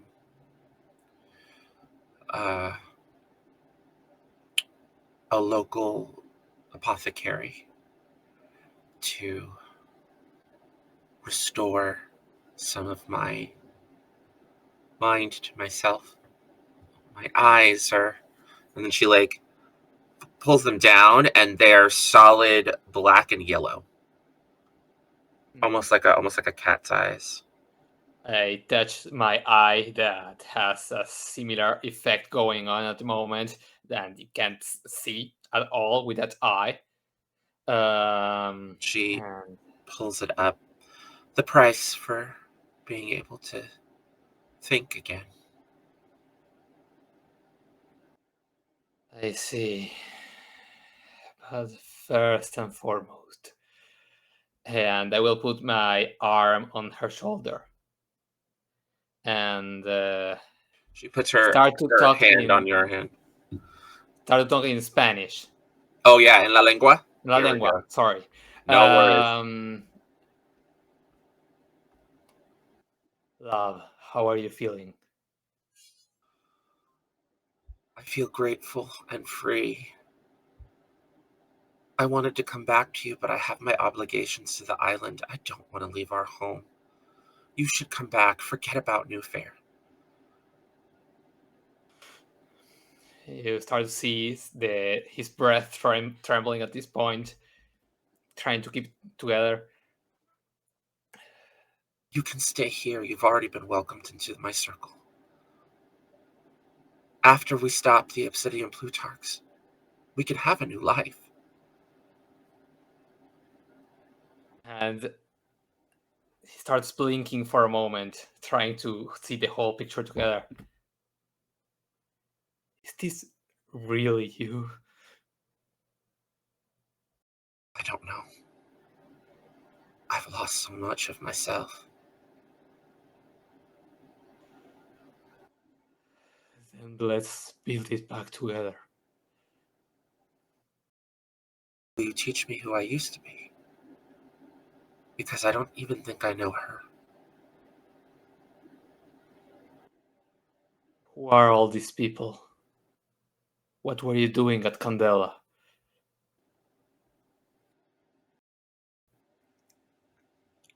I was trying to find a way to bring back our son, the soldier. I wish I could remember his name. and a tear starts to drop. But I think that was one of the things that I gave up. I'm sorry. We loved him so much.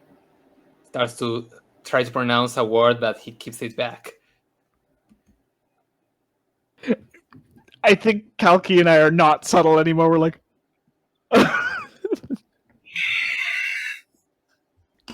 I know that I did unspeakable things. We both did.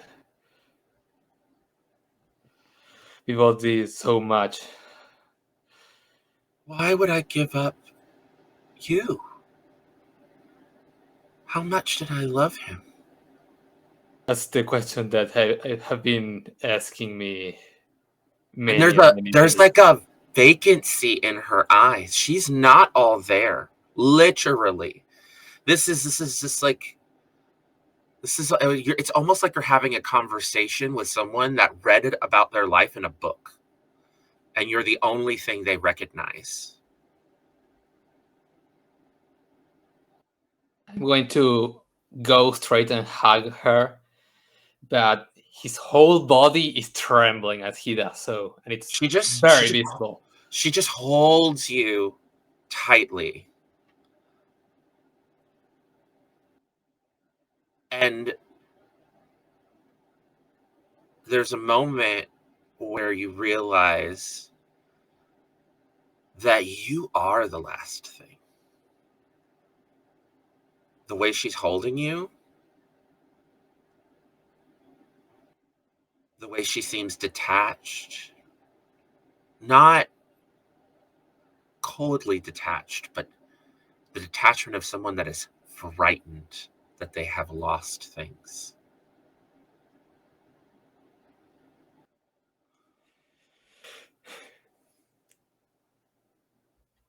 We will make this. We will go back to normal. I swear, love. And I will put my hand on her chin, and I will pull out the ring from my collar, and we will finally get married.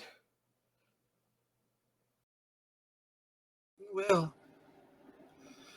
She very carefully takes the necklace and puts it around her neck and hides it inside of her underblouse. Holding your hand to her chest, you can feel her heart beating underneath it.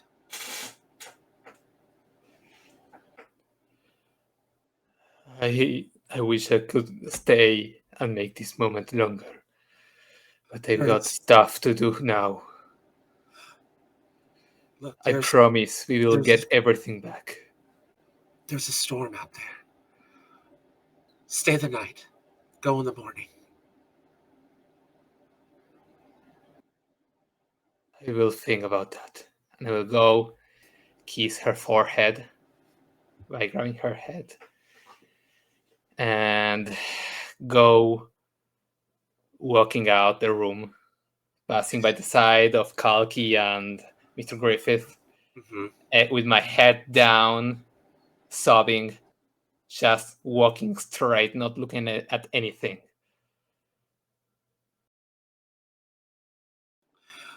Where would you like to pass the camera to, Professor?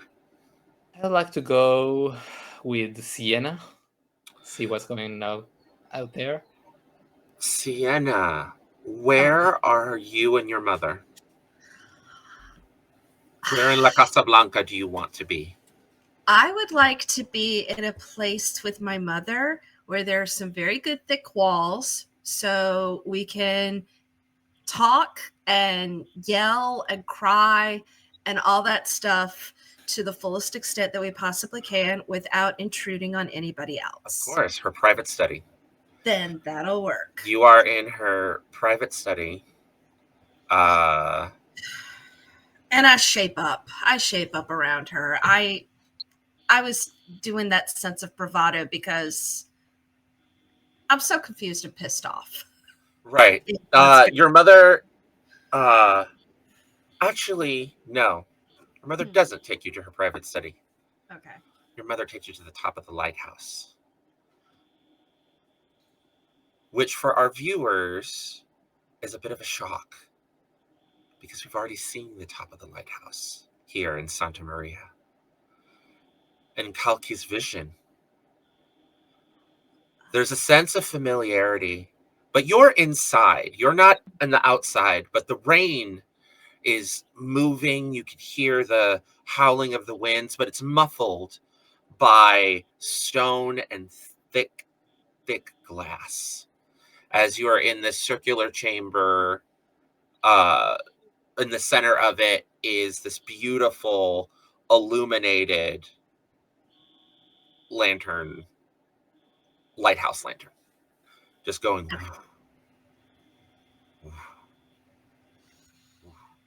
I take a moment and I watch the rain sliding down the glass in these beautiful patterns. I find the look of rain on glass to be so beautiful and so soothing, especially with my new eyes. I can it almost as if I can almost see another aura around it. And I just kind of look at it for a while, and then I kind of turn to Mom, and I've taken my sunglasses off. He didn't mean to. He didn't mean to do it, Mom. Of course. I had to know. I had to know. You couldn't just have let it go. No, I couldn't. You know I can't let things go like that. Hell, if I had been able, but I wish I could sometimes. I wish I could lay aside my abilities. I was relying on you being obstinate. I was relying on you to look Arturo Castillo in the face and tell him to go fuck himself. And you didn't. You caved. Why? I wanted to see Dad. I wanted Dad. He's dead. No, he's not. He's not there. He was. For a moment, he was. I sang to him. And he answered. And you think I didn't? You think I didn't find a moment of clarity in the deep dark for Pharaohs? Did you think I was just cold? That I didn't try? But every single time, it is the same.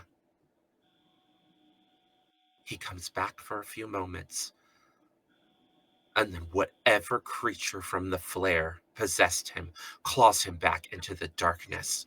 And why are you opening yourself up to that seesaw? No, that's why I left. I didn't leave because I didn't love you. I know. I left because your father was destroyed. You And still they could were- have told me. You could have told me. I'm a grown woman, Mother. You could have told me. I'm also a mother, and I need to keep you safe. And if you don't know, then you won't pursue. Oh, see, that's where you're wrong. You know I'll go deep. Obviously. But I learned things. And now that I'm in it, I have to do my part. Hey, guess what? I'm the with me, it stops. There's never going to be another ballad in Candela Obscura after me. I'm not getting married. I'm not courting anybody. And God knows nobody's going to want to court me now. Fun, huh? My prospects for a normal life are gone. They have been gone since I was a little girl. You know I've been able to do this. It's just now.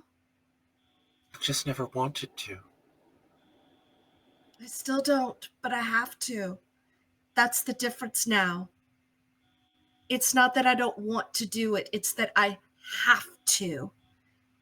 I've had to go into the darkness to see my own light and the light of everybody around me. And now all I want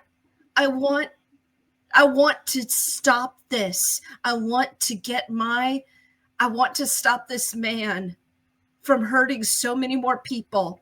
He almost hurt Uncle Harry. Make me a sway check. Oh, I'm so great at that. So I'm going to be rolling at a disadvantage. Okay, I'm going to burn a drive. Okay. Actually, I'm Which going to burn. regret? I'm going to burn. no. We're not in the scene. We can't help. No, you can't gonna help. No. I am going to burn 2 drives, 2 we cunning go. I'm drives. sending good vibes. Can that help? Okay, so I'm rolling now 2 dice. Is that Here you correct? go. Yes, that is correct. Go ahead and roll. I'll take a 5. Okay. Not All bad. right. She sits there and she's like, "You're right. I don't even know why we're arguing." Because We- we're part Irish. Serenity. We're part Serenity-ish. Serenity. We're Serenity people. We're of the aisle. We're of the aisle. I don't even know why we're arguing. I Is just... it You...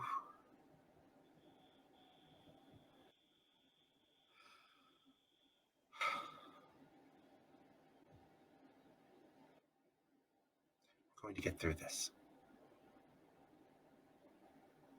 We're going to get through this. And she puts her hand on your face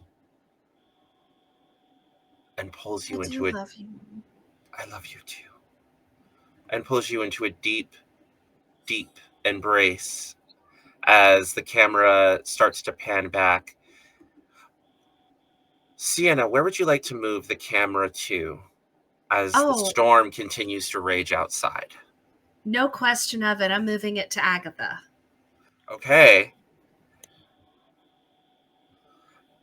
Agatha, where do you want to talk to your brother, or would you like to do something else? Walk and talk. Oh, I can't eavesdrop if you're going to be moving. Okay, so you're following your brother and talking to him. Oh, you're here.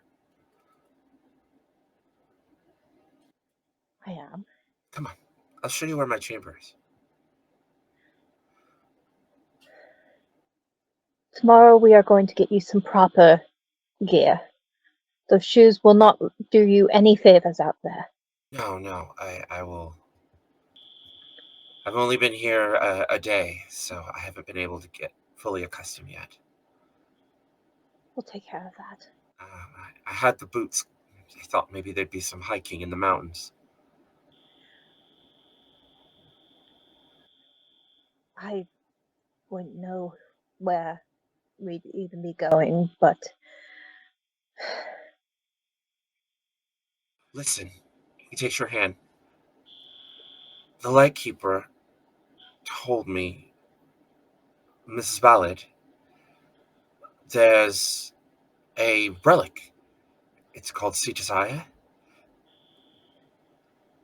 She says that if it can be removed from the ivory mask and restored, maybe it can help you with your eye.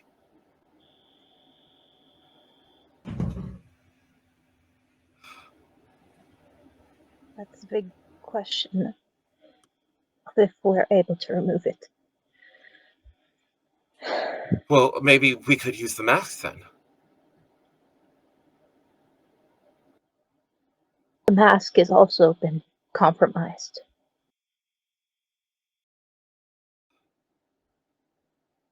Well, I have to keep you safe. And it seemed very, very insistent on remaining with Candela, no matter my warnings. So I'm here now. And I'm going to help Mrs. Ballard, and I'm going to help you.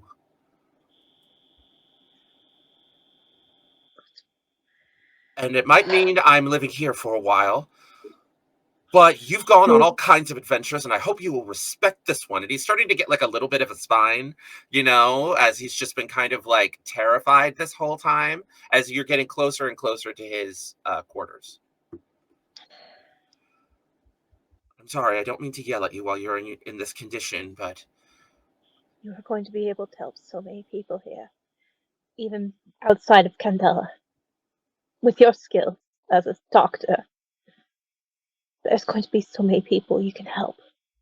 Mrs. Ballard has already introduced me to the staff at the local hospice. I'm very, very excited to be bringing... they're working on amazing radical technology involving inoculation here. Apparently, it's something that they have been doing in the villages and the mountains for quite some time, yet no one was getting credit back at the university.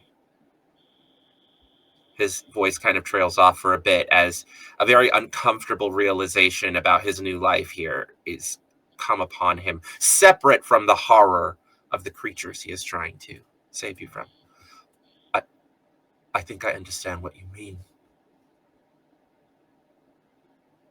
This world is filled with all kinds of horrors, isn't it? It is. Will you stay with me tonight? Like we used to, as children. We'll share a bottle of alcohol, some rum that I filched from the cabinet, and we'll just... Oh, I was hoping you would ask. I have so much to tell you. One more night. And we'll just have a little drink, and then we'll sleep. And in the morning, we'll do what we can to help you get these bastards.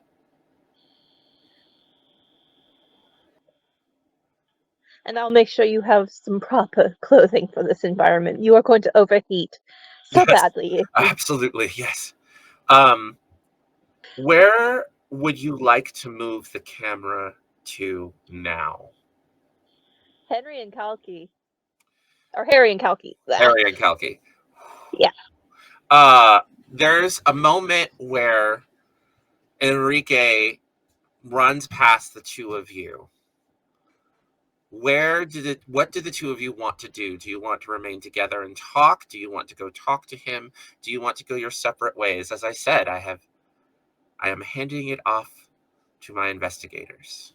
I'd like to suggest something, which is that there's like an angle in the wall that's, the hard corner he comes around, and then there's a little bit of a divot, and I actually gently push Kalki backwards into that, and he rushes past us just so we don't get got. And then I watch him go. Okay. Oh no. Pardon me. Of course. Why is it so difficult to get a cup of tea sometimes? Well, I remember that there was a hearing about a liquor cabinet here. Let's go and find that, shall we? And I think there's maybe Whitney sitting in the room with all the coffee and stuff. There was a dry bar. No, I love it. I love it. We if you would like, we could jump forward to the dry bar which is filled with so much rum. So many different varieties of rum. Dark rum, clear rum, rum that's flavored, rum that's not, all of different ages, vintages. This is like the 5-star rum bar with all kinds of fruits and citruses, but there's a bit of tequila there as well. Tequila and rum, and next to no vodka. Yeah, I was going to say she's a very powerful woman. I don't know if I could have her sit at the table and make her drink. There's no whiskey. There's clink, clink, clink, and I announce that there seems to be no gin at all, unfortunately. When in Rome. When in rum. Rum is pretty good.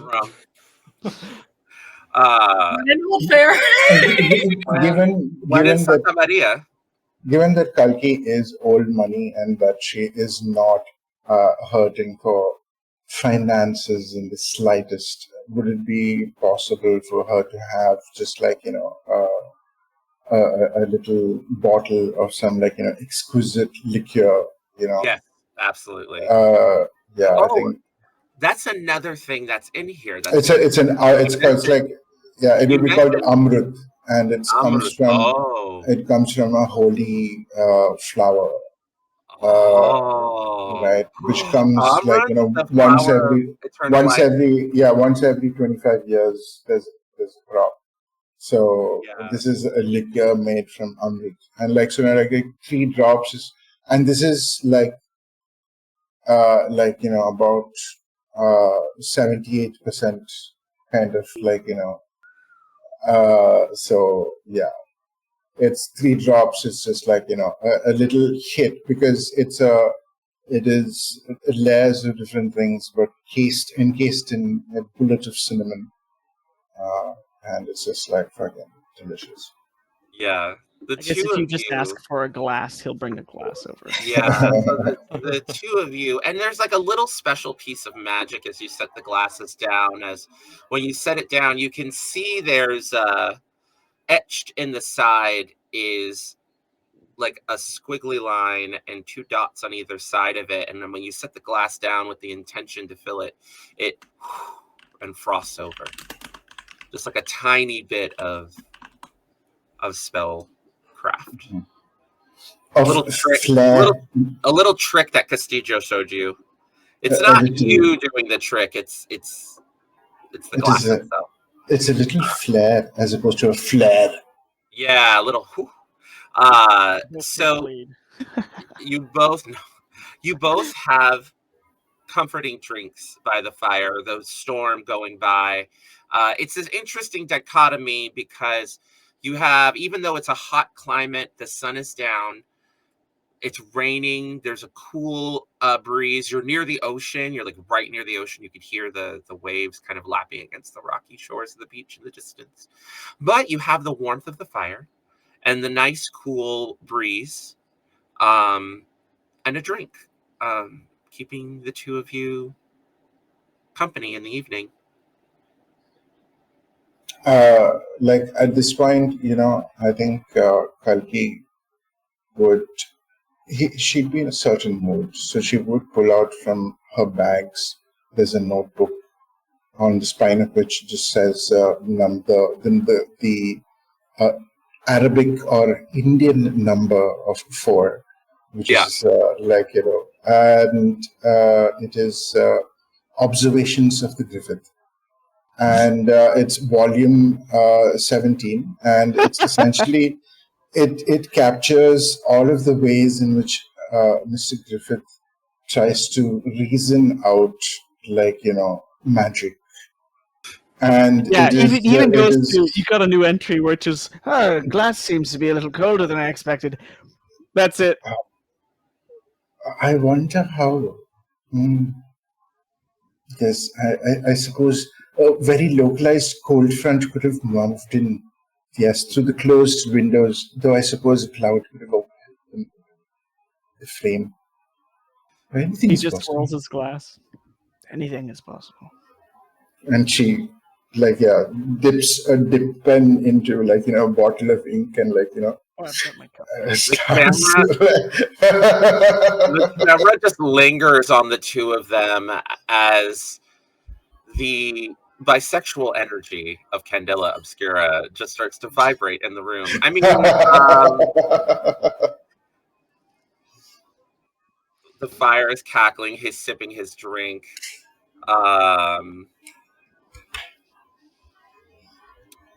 Very good, Miss Kalki. Very good. I knew that would be your reaction. Did you know about this? Perhaps. You mean the volumes?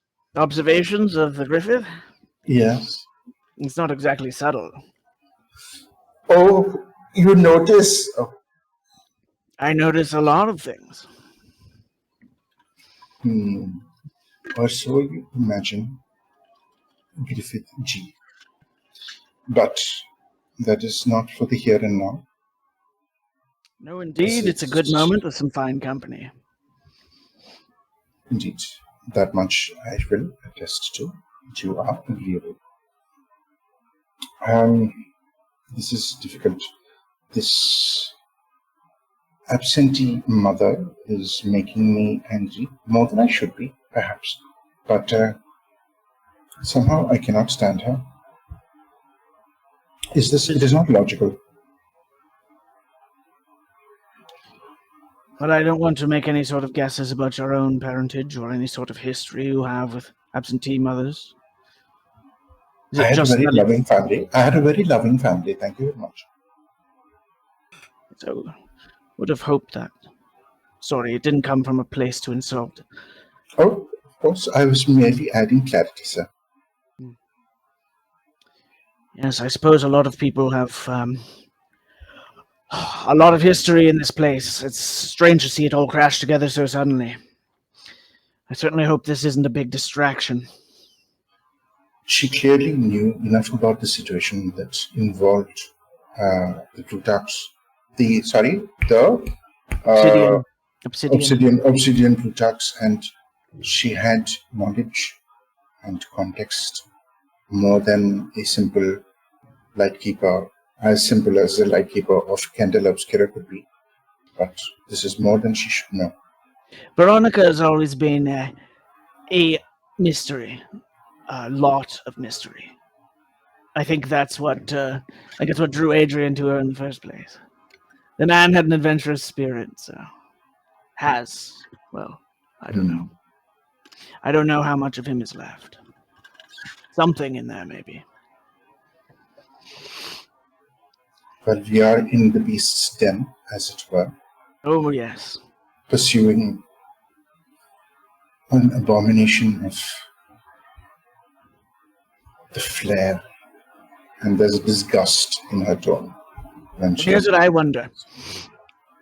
There were wards. I don't see you believe in this sort of thing. I don't, but I'm going with the information I've received. There were wards, apparently. Some sort of protection. And this creature struck our chapter house and killed a man. What's to stop, since the perpetrators of this crime are here now, apparently, what's to stop that from happening here? I don't see a man with a gun at the door. Well, what we were confronted with, hypothetically, of course, is a creature of myth and a certain power that does not come from the essence of the world. It is separate and it has its own ineffable connections to the weave. Sure. Hypothetically. Of course. The teacup is put down with a clink. I'm sorry, I've been interrupting you. Please continue. She clearly knows more than she lets on, and is involved in a certain sense. I do not know if she is personally entwined with the happenings in Bodique and in the Casablanca, but it is not, her spirit is not blinding white. There are taints of shadow. I could also detect that. Of course, you are not without your own skills, Mr. Griffith. Oh no, didn't mean to competition or anything. I guess I pick it up on a different wavelength. Or we view it differently, you and I. My dear man, to appear to be competition to me, that is a compliment you have given yourself. I commend you. I'm an old pro at that, for sure. Oh, clearly. Arch's eyebrow. Very good, Miss Gowdy. It's at this where I think the camera is briefly going to move back to Enrique. As the two of you are comfortably enjoying banter. I clink glasses with her when she says that. Begrudgingly. Yeah, begrudgingly. But I want to check transition. I want to see what the professor does, because we kind of got an idea what people are doing before the morning. But Folks, what about I'm going to have to step away for a second because I need No to make a worries. call. Go ahead. I'm so sorry. No worries. Come back when you can. Yeah, Open I will. table. Okay. So we're moving back to the professor. I am loving this so much right now. So you're RP running. is what it's all about. You're running Yeah. out of the room, crying. Where do you go in La Casa Blanca? Is there some sort of... I don't know if I have been here in La Casablanca have, before. you have, I have? Okay, Yeah. so I might know then of some kind of library or some place where Yes, one can calmly get and read. Yes, Okay, yeah. right. And being La Casablanca an establishment that has dealt lots of times with Candela Obscura, that's something that at least Enrique knows Yes. very well. He will go through the books that are in there, getting his book at hand, and trying to find a specific tome. And will pass his finger across the side of it as he has some difficulty reading. And there's some braille that's on the side of it. Oh. He will grab it and put it towards some section where he is going to sit with some hot chocolate. He has been drinking and eating a lot. This whole thing is just wrecking his whole body. Yeah. And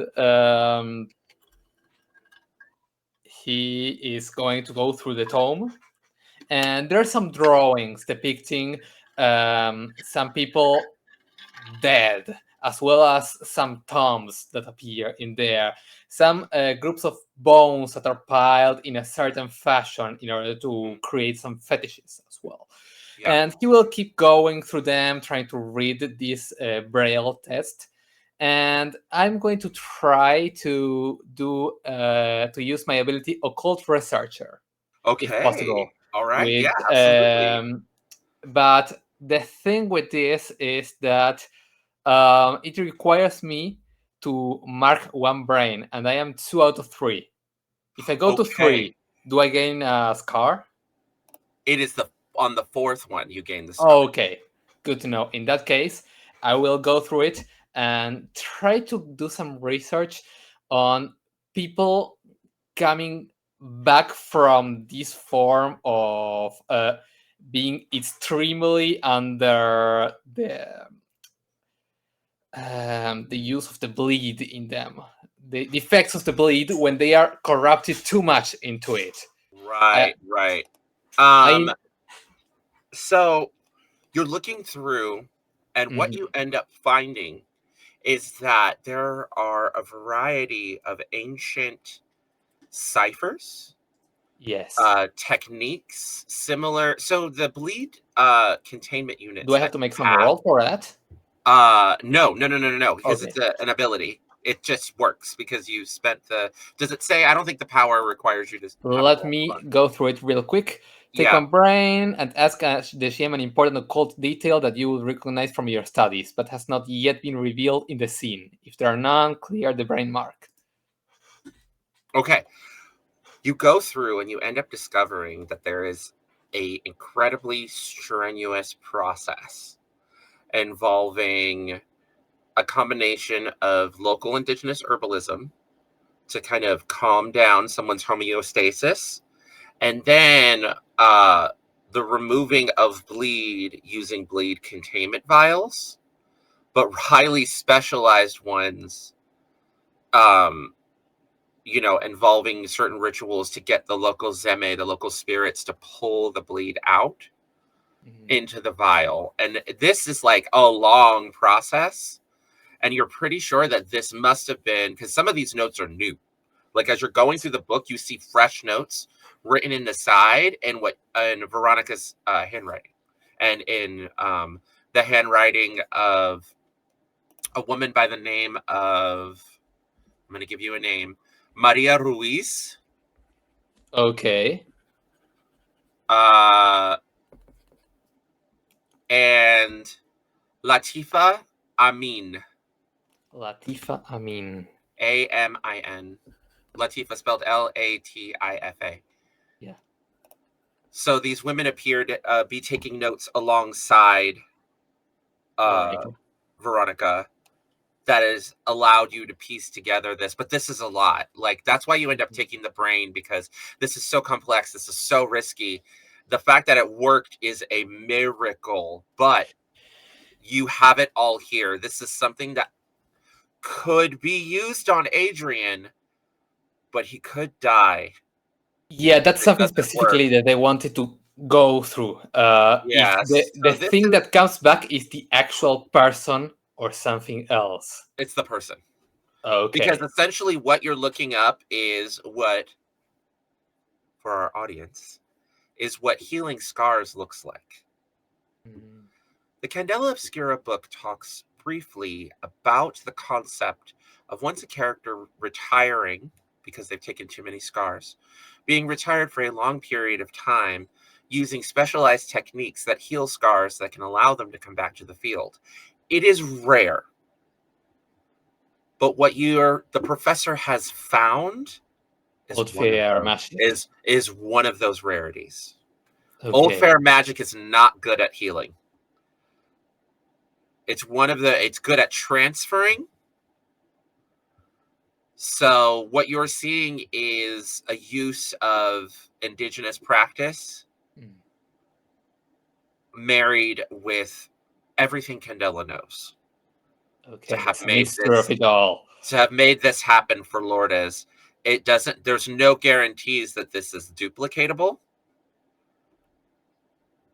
It is up to the individual. Mm-hmm.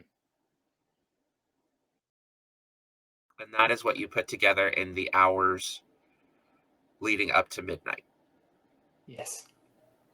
You hear, when you finally put it together, the old clock in the library.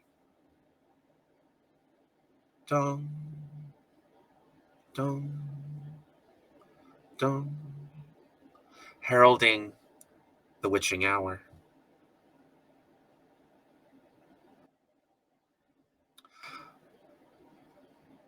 Shall we?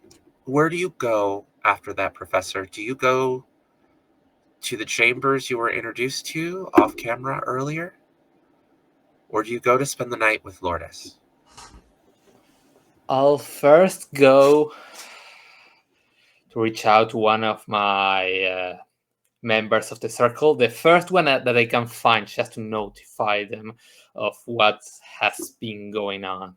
That way, I don't know if there's a chance me finding maybe Agatha or Agatha might be with her mother. You could find anybody. I think Sienna is, in my opinion, probably alone. I think she had some time with her mother, and maybe she is in her room. Yeah, I can be. So I having think a hard time sleeping. Yeah, it's midnight. I did midnight as a great time for people to not be asleep yet for plot reasons. Yes. So yeah, I'm kind of walking about, just sort of. Yeah, you could find. Yeah, and I will leave it up to you, Professor. You can either find Sienna, restless. You can find Kalki and the lieutenant, flirting and drinking in the main in the main common area of the chapter house. I think it's sweet. Or you can find the sibling twins drinking themselves to sleep. It's up to you. Okay. Let's go with Sienna just because Ari isn't here at the moment. Right. I don't know. Where would I find you? Let's see. I probably would be. Funny enough, I am actually in the area we all gathered in earlier, in the common area. Mm-hmm. And I am actually I'm actually cleaning up the mess. Oh no. You go to you know what? I think that when you go, well, that's where Kalki and that's where we're drinking. That's where they're drinking. Do you want to be somewhere else? Wait, you said there's a garden, right? Yes, there are beautiful gardens. You can I know there might. Yeah, it's raining, but the Palisades are so wide, the porches are so wide that that's they're where I'm dry. gonna be. I'm gonna kind of be walking the Palisades of the garden, just kind of taking in the air and kind of seeing everything through new eyes.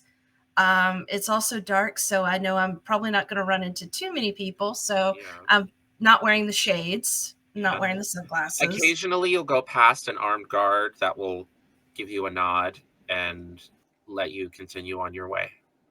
I just kind of nod at them in return.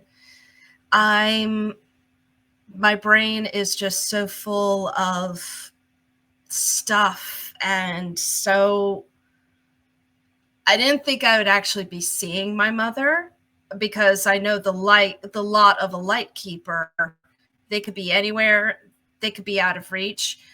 I mean, she even thought about writing a letter to her mother, just in the off chance that maybe Don Castillo would deliver it. And this is like what is like running through your head. Yeah. So when the professor runs up to you. Oh, okay. Getting some air. Hey, yes. I can't sleep. You? That makes us both. Are you all right? No.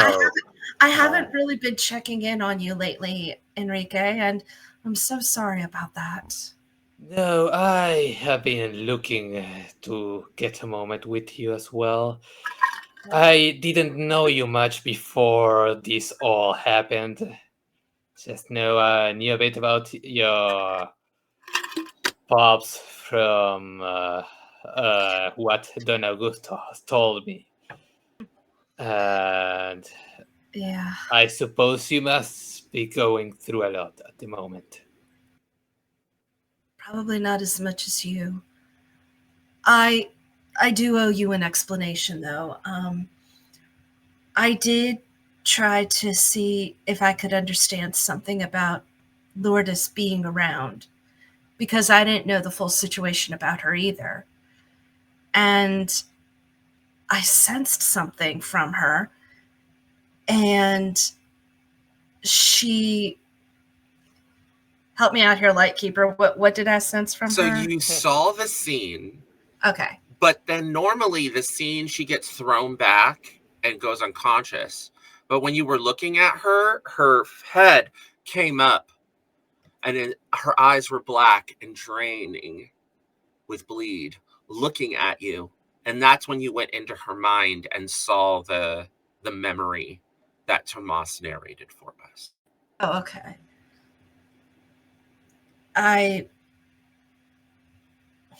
She knew she let me in, basically. What do you mean? She was like me, wasn't she? She's a medium. I don't exactly know of all her capabilities, to be honest. I was not too much involved with Candela before stuff started to happen to her. She showed me, I guess it was a memory. She was chanting, doing a ritual.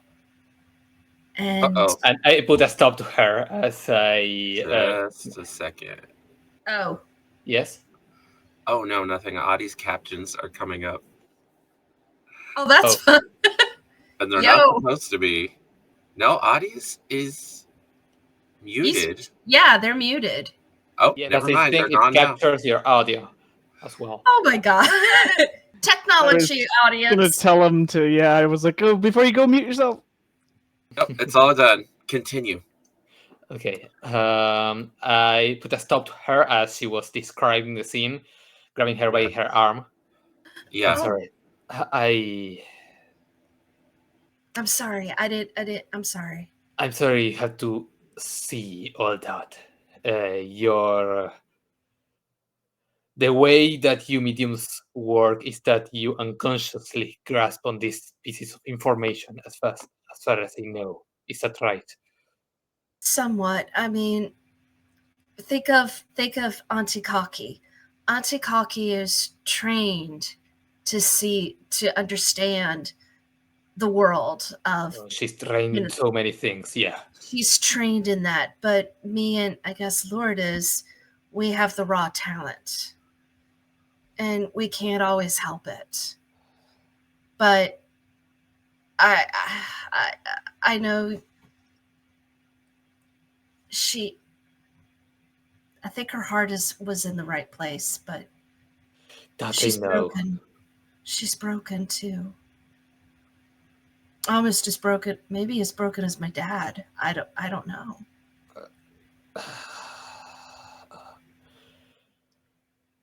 What? What is it? And the words start to feel difficult for him to start getting out of his mouth. It's okay. It's okay. Lourdes had a son, Jorge. Oh. What, was he also your son? No, she already had him. But I saw him as a son of mine as well. He went to the bar and he didn't come back. He was in the middle of it. He suffered from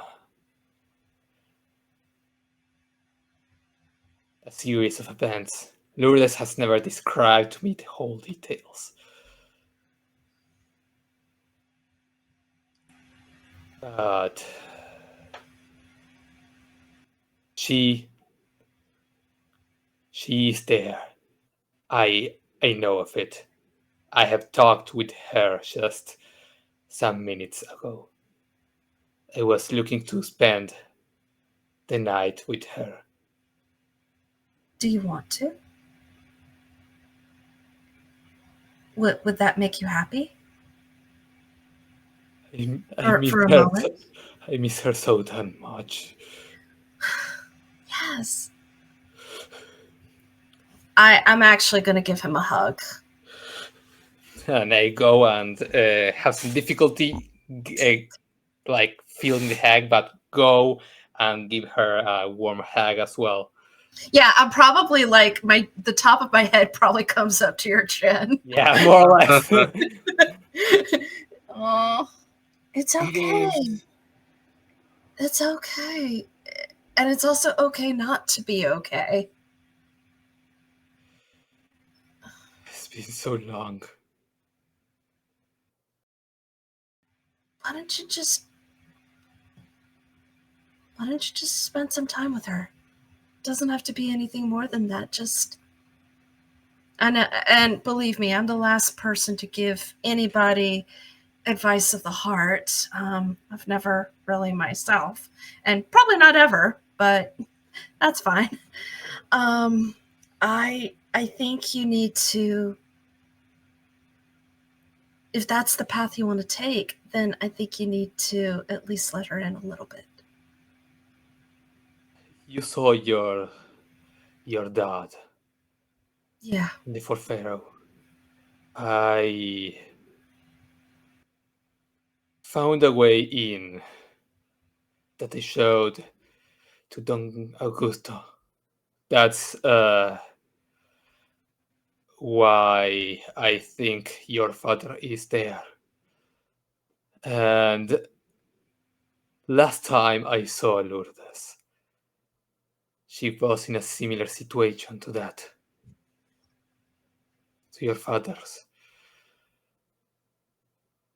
And I begged Don Augusto to let me keep her. I had her go through different sorts of psychiatric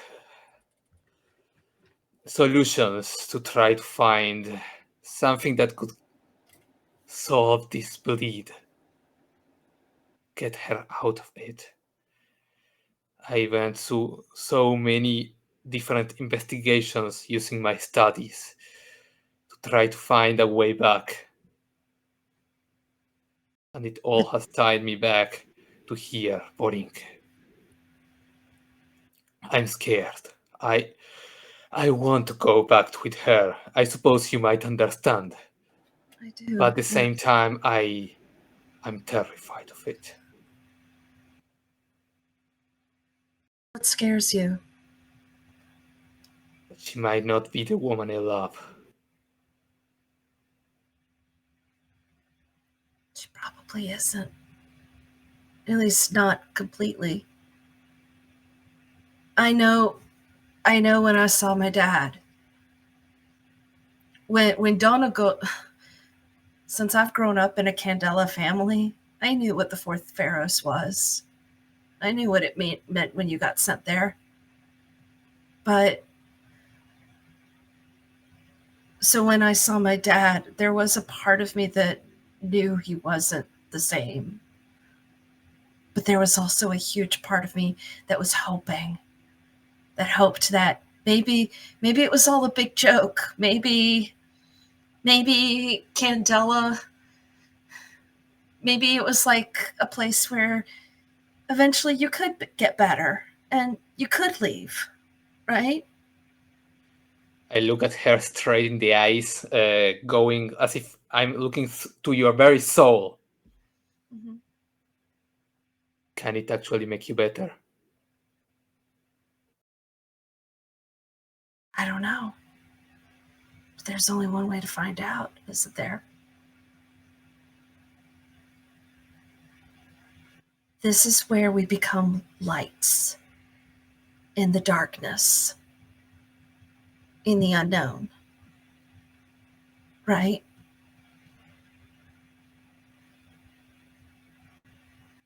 Just repeating the same time Don Augustus told me. And you start to feel his hands going into a fist, trying to repress his anger. I actually put my hand on your fist and I'm like, calm down. We need you.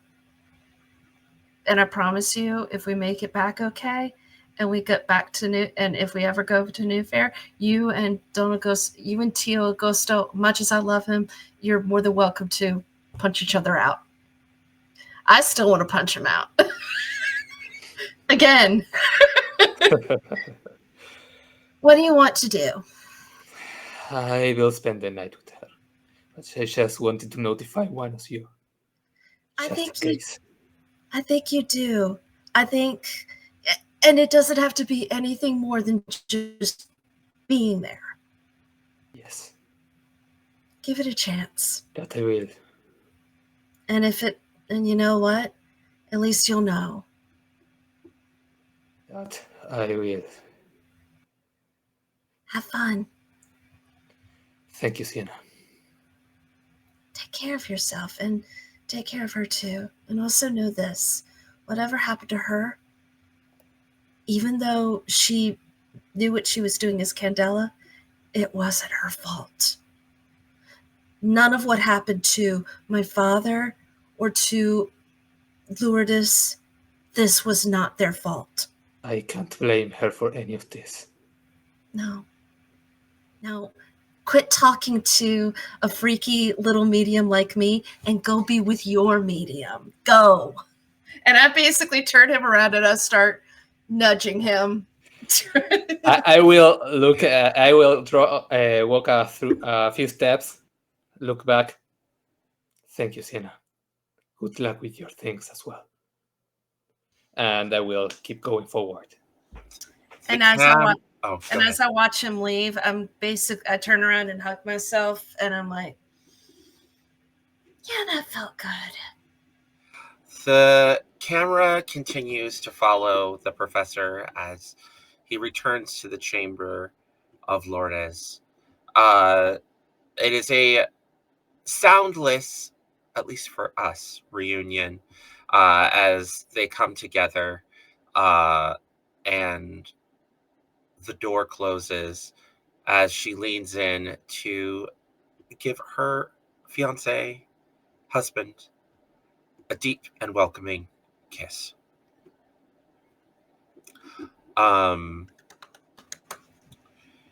It is a night. Eventually, everyone retires in the evening. And the morning light shines on the group as the storm passes. You are all given maps of the city. You are told of various different places that you can visit and are given a full dossier on the locations, the frequently visited locations of the Obsidian Plutarchs.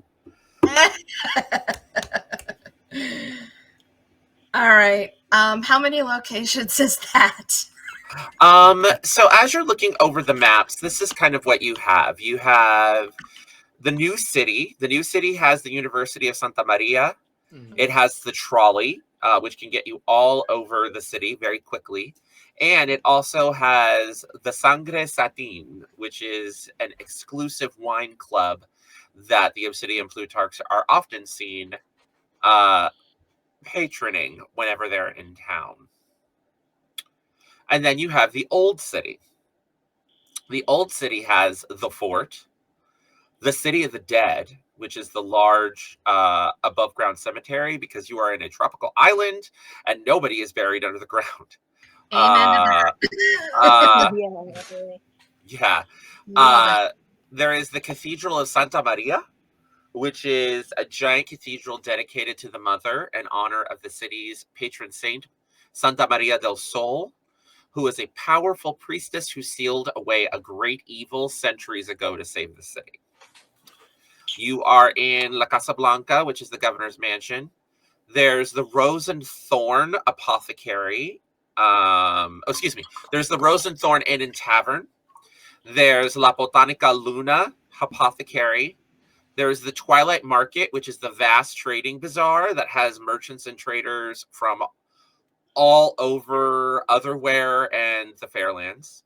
And then there is the Cinnabar's Caress, which is a very specific shop that deals in fabric, spices, oils, and gems. Did you say Cinnabar's Caress. Caress? Okay. Yeah. I only Caress. caught some of those names. That was a list. Yeah, I'll go ahead and copy paste this into the chat for you guys. Oh, lovely. Thank you. Bless. Oh boy. That way, and these are all just different places that you all can go visit. Can I gauge kind of everybody's mood as everybody's sort of making their way to the breakfast table? I didn't sleep a whole lot, so Sienna is already she did manage to get a few hours. So that's of course. But she was able to, she's probably the first at the breakfast table, and so she's drinking her café con leche, which is, by the way, for all audience, that is delectable.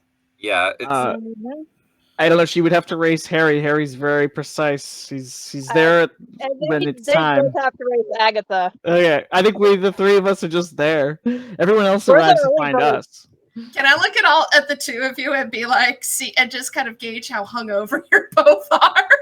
Harry's perfectly fine. He even did calisthenics this morning, so he is like, it's all good. Hot stuff. All right. Looks like she is a little tired, but she is daintily sipping at an espresso. And poor Atticus, she dragged him along early morning. He looks hungover. I don't think I've met Atticus yet, so I smile and I kind of tilt my head and I'm like, oh, hello. And you can tell they are siblings. They look a lot alike. They make the same expressions at the same time, kind of thing. Not like weirdly, but just they both cock their heads. Atticus tilts his head and he's like, "Oh, it's a pleasure to meet you. I'm Atticus Payne. I'm Agatha's brother." No kidding. Have I met Atticus before? Is it fair to say? I Because have. you were in the army. You have met Atticus before. Atticus I'll give served in him a that different unit. firm handshake. Atticus, good to see you again, old boy. It's good to see you too. Still in the saddle, I see. Yeah, well, I didn't keep my promise that I made to you, which was to stay out of this nonsense, as you said. But I realized that the only way to protect my sister is to be a part of this nonsense. But you know, the only reason I'm in this nonsense is to protect people too, so I'm not going to ream you out if I'm doing the same thing, huh? Why do I feel like every single time I turn around, there's another veteran in Candela? It calls to us. It's veteran services. There's certainly none in the government, so we're getting what we can from where we can get it. Oh. So he actually like rubs his chin a little bit as he seems to be contemplating that. Oh, did I hit a nerve? Awesome. No. I reach it. No, I do reach it. No, Sienna, dear, you got it quite right. Yeah, no, there's a lot back in New Fair that we could be doing different. Maybe if more of us had a sense of purpose since the war, not so many of us would be throwing ourselves into dangerous situations involving things that are way above everyday people's pay grade. That's a whole bunch of the backstory I wrote for Harry too. It's the last 3 years he's basically been chasing help for the people who were in his unit. So he's like, yeah. Where's Kalki? Oh, I escorted her to her room last night and then went to mine, so I assume she'll be up with the rest eventually. I smile and I kind of nudge Agatha a little bit and kind of give her a wink behind my sunglasses. Laser eyes, and he's like, she had more. She enjoyed herself a little more than I did. I took it easy. I'm sure you did, Harry. It is what I've suspected all along. I'm sure you were quite the perfect gentleman. Yes. I was. I took care to make sure that she had a pleasant evening. I'm sure you did. I'm sure you did. The Lightkeeper says as she arrives and sits at the breakfast table. So, Mother. Good morning. Good morning. You all have dossiers in front of you. You have maps of the city. I have provided some currency. Thanks. If necessary, I've scheduled some appointments with some government officials, which you are welcome to attend or not. They are open appointments. They know that you all are here on incredibly important business.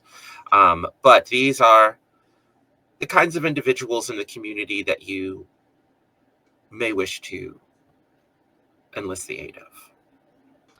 Harry's going to wear his coat, but it's reversible. So he reverses it so it's not so obviously a HAF army uniform jacket. So he reverses it and he takes out the liner that keeps it for cold weather. It's very adaptable, I'm going to just say. Yeah. She says, at the very least, we should familiarize ourselves and make ourselves known to the officials. That way, should anything crop up, we may be able to avoid additional trouble. Miss Agatha, would you want to perhaps be my accompaniment for that? If we're going to split up, at least you and I could go and make sure that's done, buttoned up, squared away. Well, ultimately, I will say to you this. I have made reservations for your group in particular, because it's difficult to get it from more than 5 people at a time. At the Sangre Satin. Are we going to the wine bar? Yes, I have reservations for tonight at 10 p.m. Little hair of the dog? No, it's your cover. It's where the Obsidian Plutarchs have been spending time. You will find information on the wine bar in the dossier, including the menu, in case you wish to fit in, as it were. I have an inn with the owner. Who is the owner, if I may ask? Don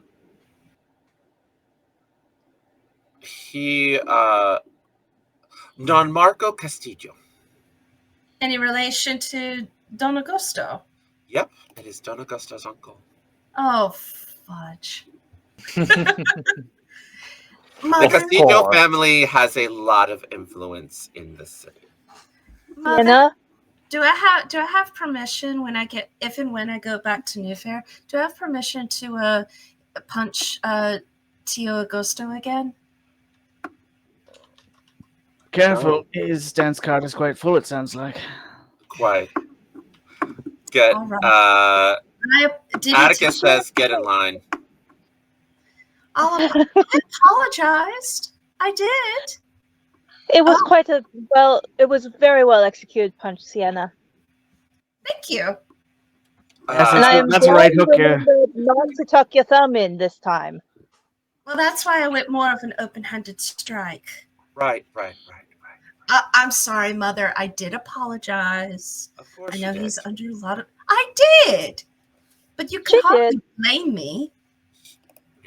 I For what it's cannot worth, your blame form you. was impeccable. You know, at least you're going to strike someone, do it right. Thank you.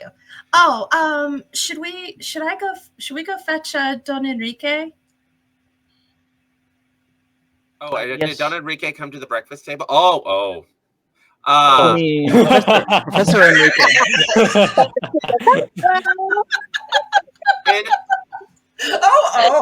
Professor Enrique. Oh, Don Enrique. So, Randy says, I didn't realize that him and Lourdes were not at the... Oh, well. Everything's all right. For the time being. Okay. Well, not everyone's raised by military people or military people, so they do what they're doing for their breakfast timings. If we I wish could to care summon less. them for our plans, I suppose we should go and knock on his door.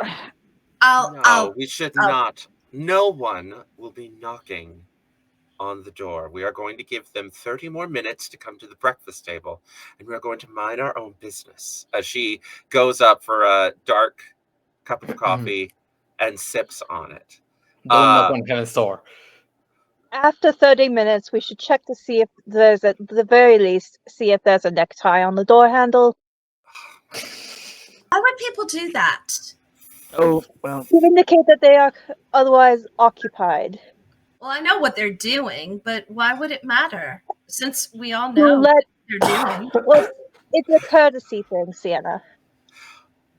So nobody walks in unexpectedly. Hey, I think it would be funny if somebody ever walked in on me. It would be a miracle if I ever got any. So there is some laughter, some good times.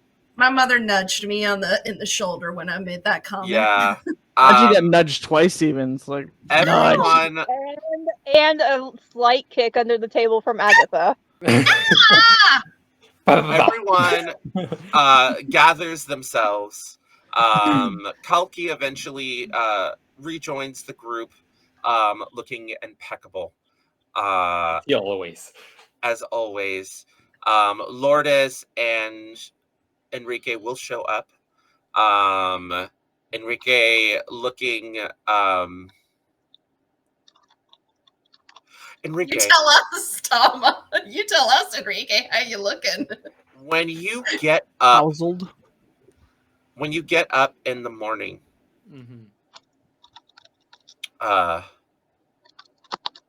and you look at yourself in the mirror,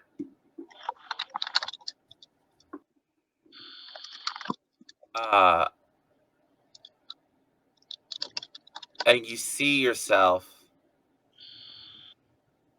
it's almost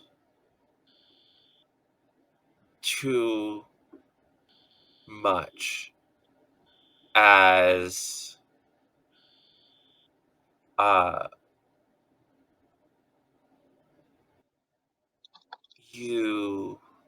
need you to give me a, like when you look in the mirror, give me a sense. Hold on, let me see what's Sense? correct. Let me take a look at that. Whew. Just a second. Let me see what would be appropriate. You tell me. Sense survey.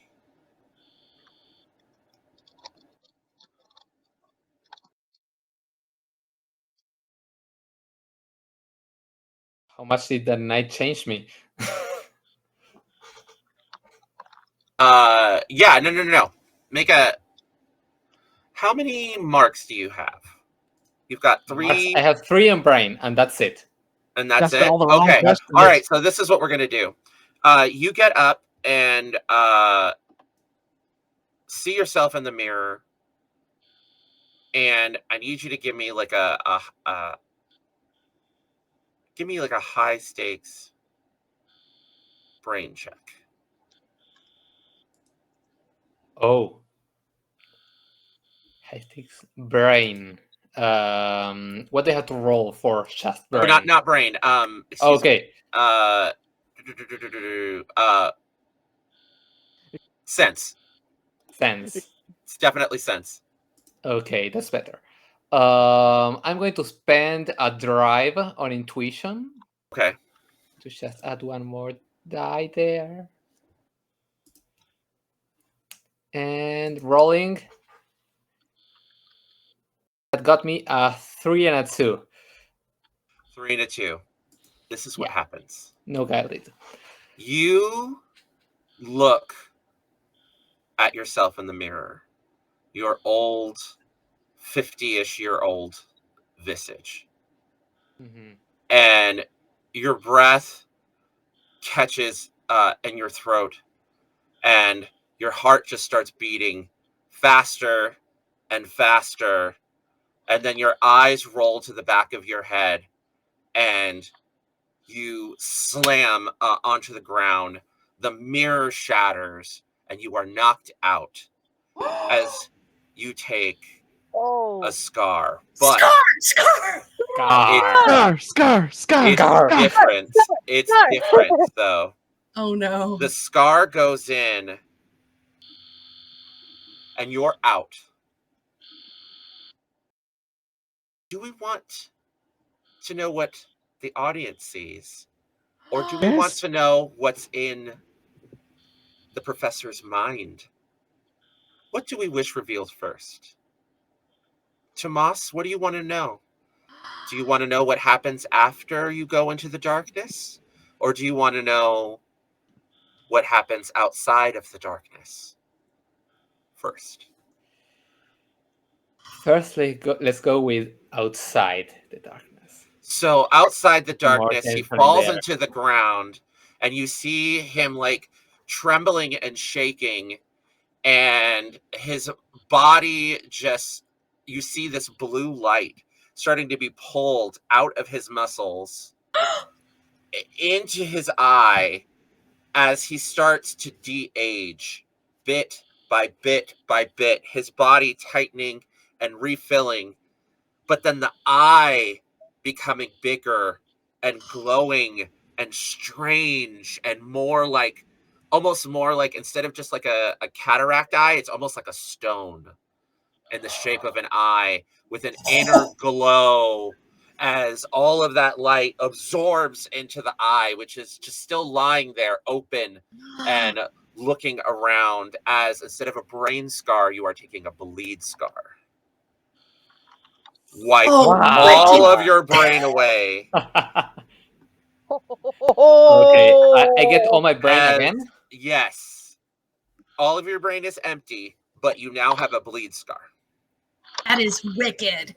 As the strange de-aging, like the shock of you seeing yourself as the old man, having just shared a moment of love and intimacy with your wife, just breaks you. But instead, the magic of it's almost as if the magic of the bleed itself reached out and is containing itself in your eye. How have you changed in this moment? Okay, in that regard, Let's say.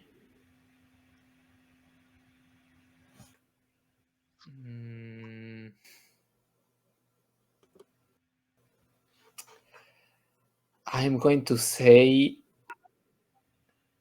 that I lose some focus and get more strike. Oh, as you get all your youth back. Yes. It's this strange supernatural strength. He's super buff. He's like just shredded. His shirt explodes off of him as well. He takes a body from being so awesome.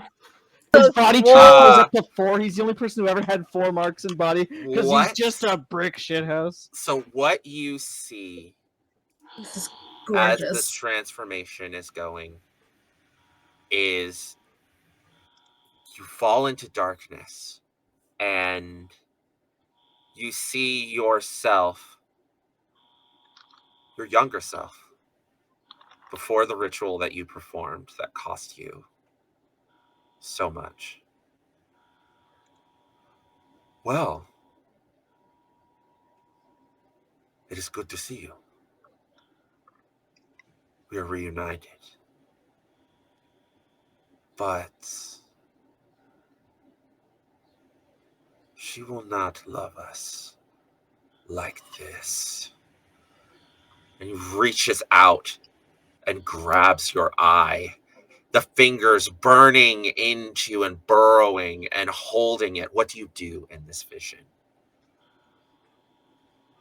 I will grab the hands or the arm of this individual and try to pull it out while doing some sort of maneuver to try to twist their ankle. He falls down and you just start getting into this ugly struggle as he has his hands around the eye and it's like he's cauterizing it, and he's starting to, like, he's still solid as you're like fighting him to get him away, and he's like pulling back, but like light is coming out as he's like pulling at your eye, and you're beating him down. You've got him on the ground, you've tripped him down, and you see him say, no, esta es perfección. Esta es para amor. As he like reaches out and, it echoes out like, no, this is what we need to do. This is for love. And you just feel all of the darkness that had corrupted the rest of your body becoming concentrated in this eye. You know that this will make you young again. But you know the price. You know the price is your mind. The price is your sanity. And then, boom. Oh my god. You slam mist and light to the ground as the final bit of smoke goes into your eye and you feel it burning down your throat into the pit of your stomach. You close your eyes, perhaps for the last time, and open them again, looking up at a worried Lourdes. Mihor, my love, are you okay? Oh, you're back to the way I remember you. I grab myself from the sink, the bathroom sink, and pull myself up. I look straight at her. And her response, even those dark eyes, like she has the dark eyes with the yellow in it, and they're just filled with love and confusion. And you feel the terrible thought that whatever the darkness within you doubted about her love for you was wrong. But it's too late.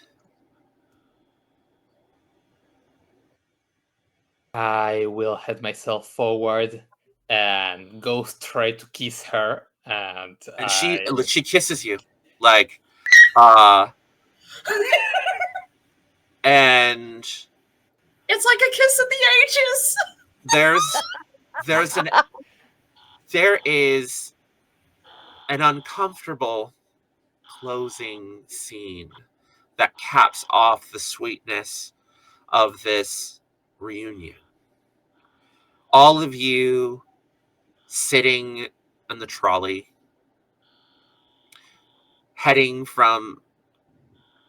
rocketing through the new city to parts of the old city that are just too far to go on foot. You see the professor, youth restored, unnerving eye, staring at all of you.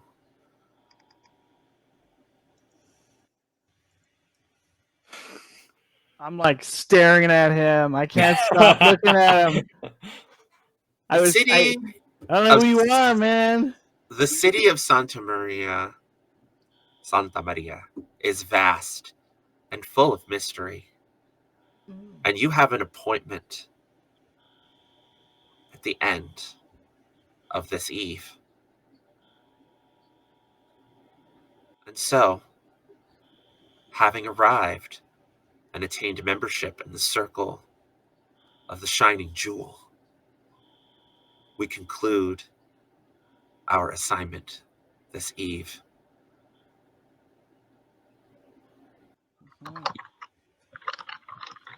Well, finding the fountain of youth over here. Thank you all for joining us in this terrifying journey. Aadi had some important things to take care of. They will be back, of course, for our next session, which should be... let's see here. When's our next session? It's next Sunday, right? Next Sunday. Yes, next Sunday. Yep. Next Sunday, we'll be going into our finale. No! We will tie up all of these scary loose ends. Ow. So let's go ahead and just do a little outro and say farewell and good night to our fair audience. I will start off. My name has been Okami. I have been your Lightkeeper. Pronouns he, him. You can find me on Saturdays over at Misadventurers League in the morning, running my Powered by Wander Home folklore punk fantasy Songs on the Wind, and you will find me here next Sunday. Also keep an eye out for me around. I've got various different projects and things that I'm working on. So I'm going to pop this over to Grayson. And Grayson, once you finish, go ahead and popcorn it on over to somebody else. I'm Grayson. I play on our lovely show Lieutenant Harry Griffith. He, him. It's been lovely. It's been mysterious. It's been crazy. I gotta get more scars if we're gonna get to the end of this. I'm not on any real socials, Facebook, whatever. But you find me here next Sunday. All right. Who do you want to pass? And I'll popcorn it over to Whitney. Hey guys, I'm Whitney Zahar. I have the honor of playing Sienna Ballad, she, her, your wacky medium who's just trying to help other people be happy because she's getting consumed by darkness herself. So what the heck? And rebelling against her mother openly. Hey, I'm having fun with that. I did not see that coming. You can find me obviously here on this wonderful game, Candela Obscura. And you can also listen to my podcast, the Para Unity Podcast, on all of your podcast providers. And you can also find my books on Amazon and other big stuff. And I guess I'll see you all around. I will pop it over to Denver. Hi, y'all. I'm Denver. She, they pronouns. I play Agatha Payne, the soldier, and was not expecting to have her twin brother show up. Damn you, Hector. But like Grayson said, I gotta get some scars because I'm like the only one who has not had a scar. I don't have a scar either. I'm clean. The two old veterans don't Yeah, have we know how to time. avoid getting hurt, I guess. Yeah. The more you know how to stay with it. All good. Yeah. And then You over. can find me Oh, over yeah, go. on Twitter at DEA Grant Top, and I'm going to pop it over to Tomas. Hello, everyone. My name is Tomas Jimenez Rioja, the heavily traumatized, he/him pronouns, Professor Don Enrique Puertos. And yes, just like the two before me, I wasn't expecting my supposedly not going to come back wife, that is actually a fiancé, to come back. And yeah, she's here and she will traumatize me good. I'm sure of that. You will, Young and handsome you now, though. are. Look at you now, bud. And yeah, I'm rejuvenated as well. But you can find me all over the internet with the handles T Jimenez RGM. That's TGIMENEZRGM. And I'm also working with a bunch of POC creators from all over the world on a project that will be coming out soon, named Magnolia, the City of Marvels. That if you are into cyberpunk or medieval fantasy, it's the perfect blend of these two, where nobles confront groups of gangs that are fighting for the liberty of freedom and art in the city of the arts. Yes, Very unique sort of Magnolia setting. is amazing. I've read the setting. It's really cool. You did? That is Thank so you. cool. I did. It's a really cool setting. So with that, we shall Hey, return. Steve. Hey, Steve, our producer. Yeah. Steve, any announcements before we log off, our producer? Yeah, I was muted on stream. Just wanted to make sure. Okay, so important announcement in 2 weeks. Oh, wait, fuck. In 2 weeks, fuck me. We are hosting a 28-hour charity event benefiting Starlight Children's Foundation. The event is currently accepting player applications, which we are very, very fucking late on it. But if you're interested and are available that weekend, 27th to 29th, feel free to hit me up or join the Discord, and the form's available everywhere. We have received 30 applicants, which is really cool. And there's a bunch of really cool games happening, including Daggerheart. There's Monster Hearts. There's a Candela game happening, I believe, and a couple of other really cool things. So yeah, that's exciting. But that's all I got. Yeah. Cool. So join and watch it. Thank you, Steve. Thank Yeah, you, yeah, everybody. You guys are awesome out Thank there. you, everyone. We will see you all next week for the finale of the Circle of Hither and Yon. No.